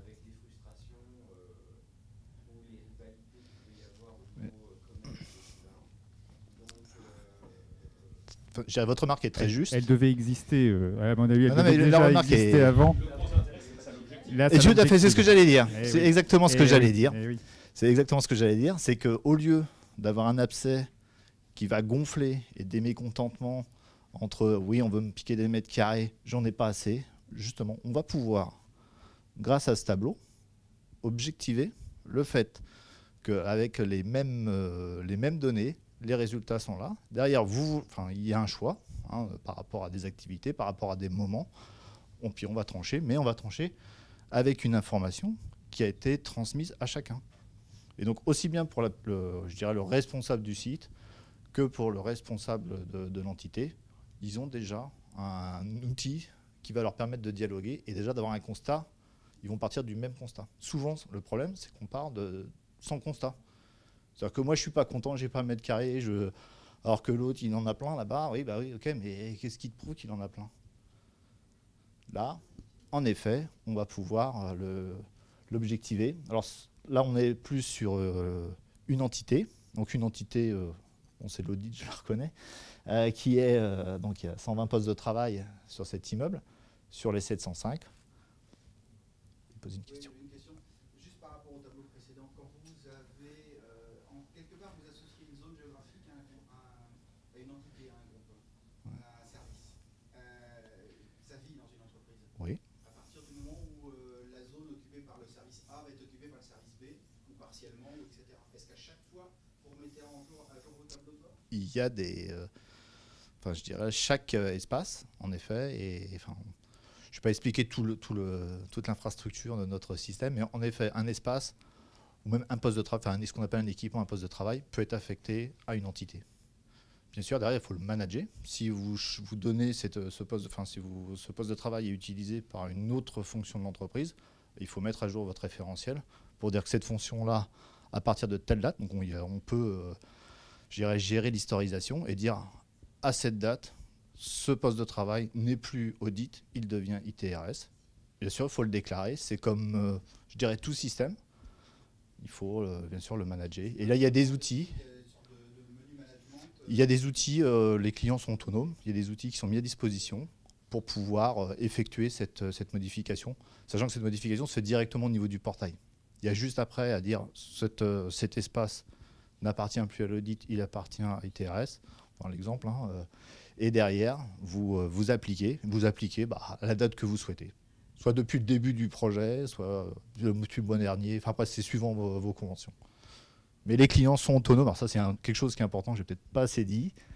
C'est sur l'exploitation. On amène tous les outils, aussi bien pour tout ce qui est référentiel, que ce soit créer des localisations, modifier les appartenances d'espace ou d'équipement. Les clients sont autonomes, ils n'ont pas besoin de CSM pour le faire. Et CSM, je dirais quelque part, souhaite que les clients le prennent en main, parce que c'est aussi, ça permet de traiter dans les processus de l'entreprise.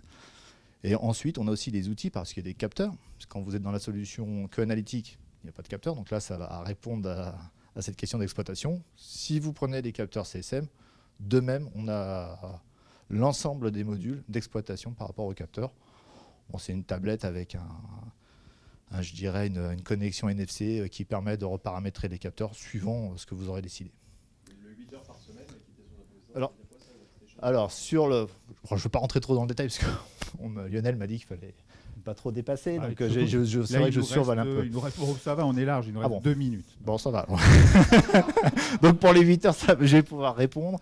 Donc le 8 heures par semaine, c'est la définition qu'a fait le client. Si un poste de travail est occupé moins de 8 heures chaque semaine de la période qu'on analyse, donc si j'analyse un mois, donc il y a 4 semaines, donc si un poste de travail est occupé moins de 8 heures sur chacune de ces 4 semaines, je vais dire que c'est sous-occupé. Mais ça pourrait être 16 heures, ça pourrait être... Après, c'est des paramètres. Il y a énormément de paramètres. Je peux pas rentrer dans les paramètres parce qu'il y en a beaucoup trop. tous les paramètres, évidemment, sont arrêtés avec le client. Hein. C'est tout à fait, c'est dans la phase préalable. Oui, évidemment. Thierry ? Vous avez évoqué tout à l'heure la possibilité de compter le nombre d'espaces de travail, parce que j'ai entendu le capteur, je suppose que c'est quelque chose qui se met sous le bureau, etc., et qu'on repère, qui permet de voir si le poste... Il est où ce capteur ? Voilà.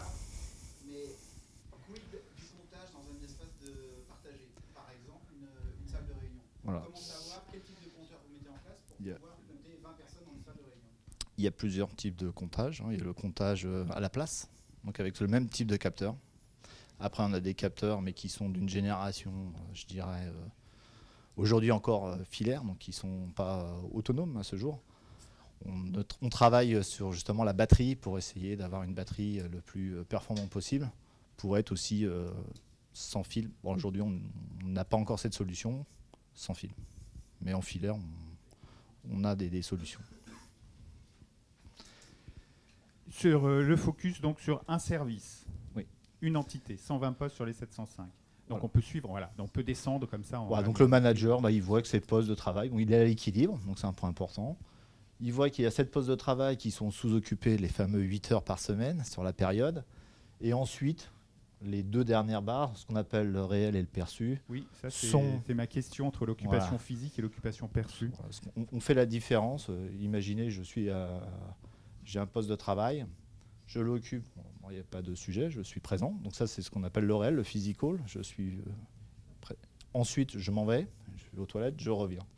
Le perçu, c'est la majoration du temps où j'ai quitté mon bureau. Comme je ne l'ai pas quitté suffisamment longtemps, on va dire que le perçu va compléter mon réel. J'étais là, je sais pas, 20 minutes, je suis parti 10 minutes aux toilettes et je reviens. Les 10 minutes, donc c'est des paramètres, vont être comblés et vont être comptabilisés dans le perçu. Okay. Bon, après, c'est des notions. Hein. Après, on a des tutoriels pour expliquer à nos clients, parce que ce sont des choses avec lesquelles on vit tous les jours. Mais le réel, le perçu, il n'y a pas de sujet, tout le monde comprend. Le perçu, comme les règles, peuvent être adaptées suivant les typologies de postes de travail aussi dans certaines entreprises. Il faut que chacun puisse nous définir ce qui est le perçu. Est-ce que c'est 1 heure? Est-ce que c'est 2 heures? Est-ce que c'est une demi-heure? Et de là, on va avoir les courbes de réel et de perçu qui vont donc il y a le physique et le perçu, il y a les pointes et les moyennes, on l'a vu, les saturations sous occupation, on l'a vu. Et je vois ici qu'il y a aussi un niveau de qualité attendu. Oui, alors vous évaluez ça aussi? Alors sur ce qu'on appelle la qualité de niveau attendu, alors on peut définir, parce que tous ces paramètres, comme je disais, ils sont définis. Okay. Je vais faire très simple. Chez Grant Thornton, ils ont défini que le niveau de saturation commençait à 65%. Mais je pourrais le régler au-delà des 65%. Ah oui, c'est ça le niveau de qualité. Okay. Ensuite, chez Grant Thornton, ils ont défini si pendant plus de 10% du temps, au-dessus de 65%, c'était acceptable. Entre 10 et 30% du temps, au-dessus de ces 65%, j'étais dans l'équilibre. Au-delà de 30% du temps, je commence à être dans une zone, pour eux, pas appréciable. Mais peut-être que d'autres clients diront, bah non, c'est largement trop, moi je veux être plus bas, ou au contraire, bah non, je veux surtout aller plus haut parce que c'est trop faible. Compris. Voilà. Ensuite, il y avait quelques diagrammes très rapidement, parce que je suis... Sur les salles de réunion. Sur les salles de réunion. Donc ce diagramme permet de... Je dirais, là on définit des objectifs de réunion. Donc la courbe grise la plus foncée représente l'usage réel, donc physique, des salles de réunion. Ensuite, sur ce résultat mensuel, hebdomadaire, je vais dire, ouais, mais si je voulais faire plus de réunions, je voulais faire des réunions, donc 60 pour 60 minutes, 120 pour 120 minutes, 180 pour 140. Bon, là, je m'adresse plutôt à des gens spécialisés. Là, je ne m'adresse plus au DG, je ne m'adresse plus au manager. Là, je suis avec des équipes, je dirais, qui vont manager le site, DET, etc. Est-ce que j'ai assez de salles de réunion? Bon, là, on voit que globalement, j'ai assez de salles de réunion. Mais si je voulais faire des réunions de 2 heures, combien j'aurais pu en faire? Donc là, on va scanner toutes les réunions, enfin l'occupation de toutes les salles de réunion. On va partir du postulat qu'on n'a pas les réservations de salles, on sait être autonome. Donc on va scanner toutes les occupations et on va chercher les dents creuses par rapport à des périodes définies horaires, avec des pauses entre midi et 2 si le client le souhaite, pour extraire quelles sont les possibilités. Et donc, la courbe grise au clair représente je dirais c'est un survey qui veut dire toutes ces zones-là, on ne pouvait pas faire de salles, de réunions de 2 heures. Et donc les réunions de 2 heures peuvent se faire entre la barre bleue qui est le capacitaire et les pointes grises qui sont les possibilités de réunion de 2 heures. C'est le potentiel. C'est le potentiel, tout à fait, c'est le potentiel. Voilà. Donc là, on voit qu'on a un potentiel globalement de 4 réunions complémentaires. Compris. Bon, là, on commence à être sur des outils pour des spécialistes. On a un peu mélangé les genres sur nos capacités. Et vous pouvez descendre aussi en fonction de la taille des tout salles à fait. de réunion. Alors ça, c'est pareil, plutôt pour des personnes qui sont spécialisées. On n'est pas sur quelque chose monsieur tout le monde. Là, je vais définir en tant que spécialiste quels sont pour moi le nombre de salles de réunion que je dois toujours avoir à disposition pour ne pas être saturé. Donc je définis combien de salles de réunion, de grandes, de petites et de moyennes salles de réunion je dois avoir à dispo. Et ensuite, je mesure par rapport à la collecte de mes informations réelles l'état de disponibilité. Compris. Et où on voit très rapidement qu'effectivement, pour les réunions longues, ça sature un peu. Tout à fait. Alors là, j'insiste, on a essayé de faire un panel de possibilités, aussi de montrer le type d'algorithme qu'on développe. Là, je n'ai pas la prétention en quelques secondes de vous expliquer tous les moteurs qui sont de calcul, il faudrait prendre un peu plus de temps, mais ceux qui sont intéressés, c'est avec plaisir qu'on les recevra chez CSM pour leur expliquer tout ça. Merci, merci beaucoup, Claude. Et bravo pour... vous en êtes où avec Grant Thornton? Parce que le problème du dossier, c'est que vous veniez juste de contractualiser, je crois, avec Grant Thornton, et donc on n'avait pas encore ce recul sur ce que les premiers résultats, ce que ça avait apporté à Grant Thornton. Et là, on a 6 mois un peu plus. Tout à fait. Là, avec Grant Thornton, les capteurs ont été installés au mois d'avril 2017. Et donc ça fait un peu plus d'1 an maintenant, un peu plus d'un an. Oui. Donc on a collecté maintenant beaucoup d'informations, non pas des personnels, mais des informations sur les ressources de Grant Thornton par rapport aux différentes typologies. Grant Thornton a prévu des marges pour pouvoir intégrer de la croissance externe. Ces marges sont toujours présentes pour pouvoir accueillir ces nouvelles croissances. Très bien. Où vous en êtes? Allez, d'abord, quelques questions peut-être pour Claude, et puis peut-être vous-même pour témoigner où vous en êtes de déploiement de solutions Big Data. Est-ce que, malgré le RGPD, vous entrez quand même dans des démarches de déploiement de capteurs, de logiciels de traitement de données, de plateformes de services? Il y a aussi, on voit se développer, j'en parlais avec Guy tout à l'heure, des plateformes de services totalement intégrées. Vous avez tous entendu parler peut-être de Workwell, qui vient de signer avec Unibail. Ils vont déployer cette solution de plateforme de services partout, sur tous les immeubles Unibail, etc. Donc, vers quel type de solution, éventuellement, vous vous orientez pour entrer dans cette démarche Big Data? Et si vous avez des questions, évidemment, pour Claude aussi. Merci. En fait, je m'interroge, quelle était la motivation de Grant Thornton? Pourquoi se sont-ils lancés dans cette démarche? Est-ce en fait en amont d'un processus de réorg?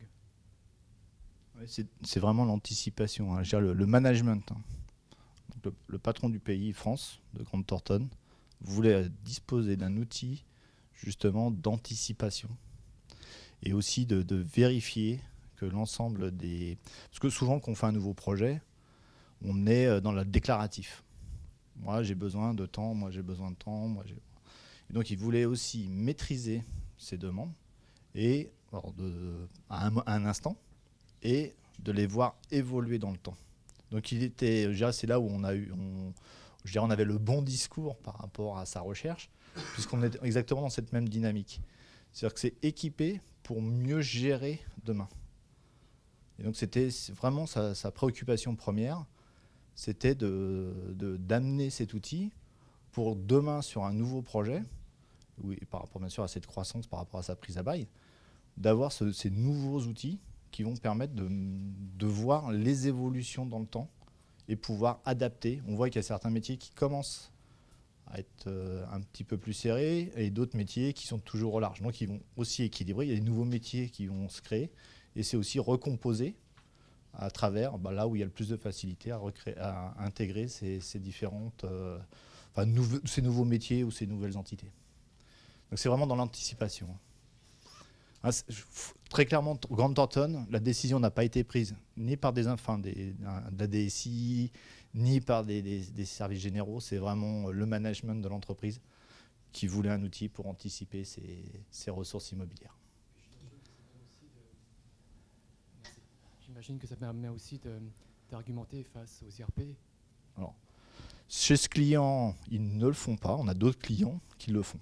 Bon, on a un client très connu, qui est aussi dans le monde de l'immobilier, qu'on a équipé, qui met à disposition l'intégralité par entité, de la même façon, ce qui s'y passe, pour, dans chaque zone rattachée à une entité, dire voilà ce qui s'y passe.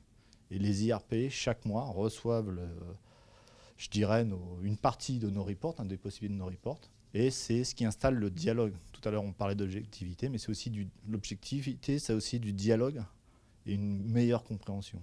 Et on a vu très clairement chez ce client certains espaces réaménagés par des déménagements, des réorganisations avec des personnes qui ont été vers d'autres sites. Donc il y a vraiment eu des prises de décision, d'aide à la décision assez fortes par rapport à ce sujet. Mais on a aussi évité, puisque la concentration de personnes a été un peu drastique entre l'état existant et l'état du projet. Il y a à peu près 20 000 mètres carrés qui sont passés à la trappe. On a évité le feu en disant oui, il y a des problèmes, mais c'est ponctuel, ils sont à tel et tel endroit, et pas sur l'intégralité des surfaces. Et donc ça a permis aussi à la direction et ceux qui manageaient le projet tout de suite d'identifier les points chauds. Et les points chauds n'étaient pas partout, ils étaient en effet à tel et tel endroit. Et en communiquant avec les IRP, ils ont pu avoir ce dialogue et puis cette objectivité de dire là, cette entité-là, en effet, elle pose problème, on va traiter le sujet. Ils l'ont traité et c'est revenu à la normale. Super. Merci beaucoup. J'avais encore des questions et je voulais qu'on continue le tour de table, mais évidemment, voilà, on a largement dépassé. Et puis comme on a quand même un cocktail qui nous attend, il ne faut quand même pas que ça refroidisse trop. Merci beaucoup en tout cas, Claude. Bravo pour ce beau projet avec Grant Thornton. Juste pour terminer, vous irez voir, il y a Real Estate avec KPMG qui a sorti son premier baromètre en janvier. Real Estate, c'est une association qui essaye de collecter et de cartographier tout l'écosystème des startups liées à l'immobilier, résidentiel ou tertiaire. Et juste pour vous dire qu'ils ont identifié aujourd'hui 400 startups dans la Real Estate en France, 3500 emplois, et que même si vous voyez la majorité se concentre sur le big data et l'intelligence artificielle, donc je pense que CSM doit être dedans, le nombre de startups qui s'intéressent plus spécifiquement à l'occupation et aux usages est pas encore majoritaire. Majoritairement, les startups de la real estate, de l'immobilier, s'intéressent à la gestion, à l'achat, à la vente et à la location de l'immobilier, qu'il soit résidentiel ou tertiaire. Mais on a quand même un gros quart. Vous voyez des startups qui s'intéressent spécifiquement à l'occupation et aux usages. C'est notre cible. Je ne les ai pas encore toutes identifiées, mais c'était pour, puisqu'on est au Club Digital, le signaler et nous donner comme objectif d'aller creuser un peu pour aller voir parmi ces 400 startups les 26% qui s'intéressent plus particulièrement à l'occupation et aux usages. Grosso modo, la partie occupation, vous voyez, elle va s'intéresser pour une partie à des startups qui portent sur le marché de l'assurance, bien sûr du property, mais aussi du smart building, voire même, il y en a certaines sur les smart cities. Ce qui est sûr, c'est que certains grands opérateurs, il en manque un, Voilà, mais il vient de changer de nom, c'est pour ça. Voilà, s'intéresse à ces startups, puisque Real Estate, dans son baromètre, vous voyez, a essayé de cartographier les dernières acquisitions, prises de participation des grands de l'immobilier. Voilà, donc vous pourrez aller voir ceci dans ce baromètre de Real Estate. Je pense que Covivio doit s'intéresser aussi à un certain nombre de startups. On vient de créer un fonds. En fait, on a alloué une certaine somme, 12 millions d'euros, en fait, pour investir dans les startups. Et on a commencé en fait en Allemagne, une startup qui fait de la réalité virtuelle et qui travaille dans le domaine du résidentiel. Voilà, et on va sans doute aussi travailler avec un fonds de réalité. Et d'ailleurs, voilà, l'immersif est un des grands thèmes et un des grands sujets, évidemment, mais avec le big data, bien sûr. Voilà, si vous avez des infos à partager, eh bien, nous allons avoir maintenant un magnifique cocktail pour cela. Donc, je vous encourage à le faire. Et juste pour vous signaler qu'on se retrouvera, nous, pour le prochain Club Digital, le 15 novembre. Voilà, 15 novembre, pas avant, malheureusement. Et tout de suite après, n'oubliez pas Workplace Meetings à Cannes, avec cette année, quand même, une grande nouveauté, puisque les trophées ARCEC de l'environnement de travail que vous retrouviez traditionnellement début décembre à Paris, se délocalise. Voilà, on hésitait beaucoup entre Rendu-Fliers dans le Nord et Cannes, et on s'est dit on va aller à Cannes le 22 novembre, au Palais des Festivals, et dans la salle de la remise de la Palme d'Or. Voilà, donc je ne vous dis que ça, j'espère qu'on s'y retrouvera tous. Je vous souhaite à tous une très bonne soirée et on continue les échanges. Merci encore à Wellio, on continue les échanges. Vous allez voir dans un très bel espace autour du cocktail. Très bonne soirée, à bientôt.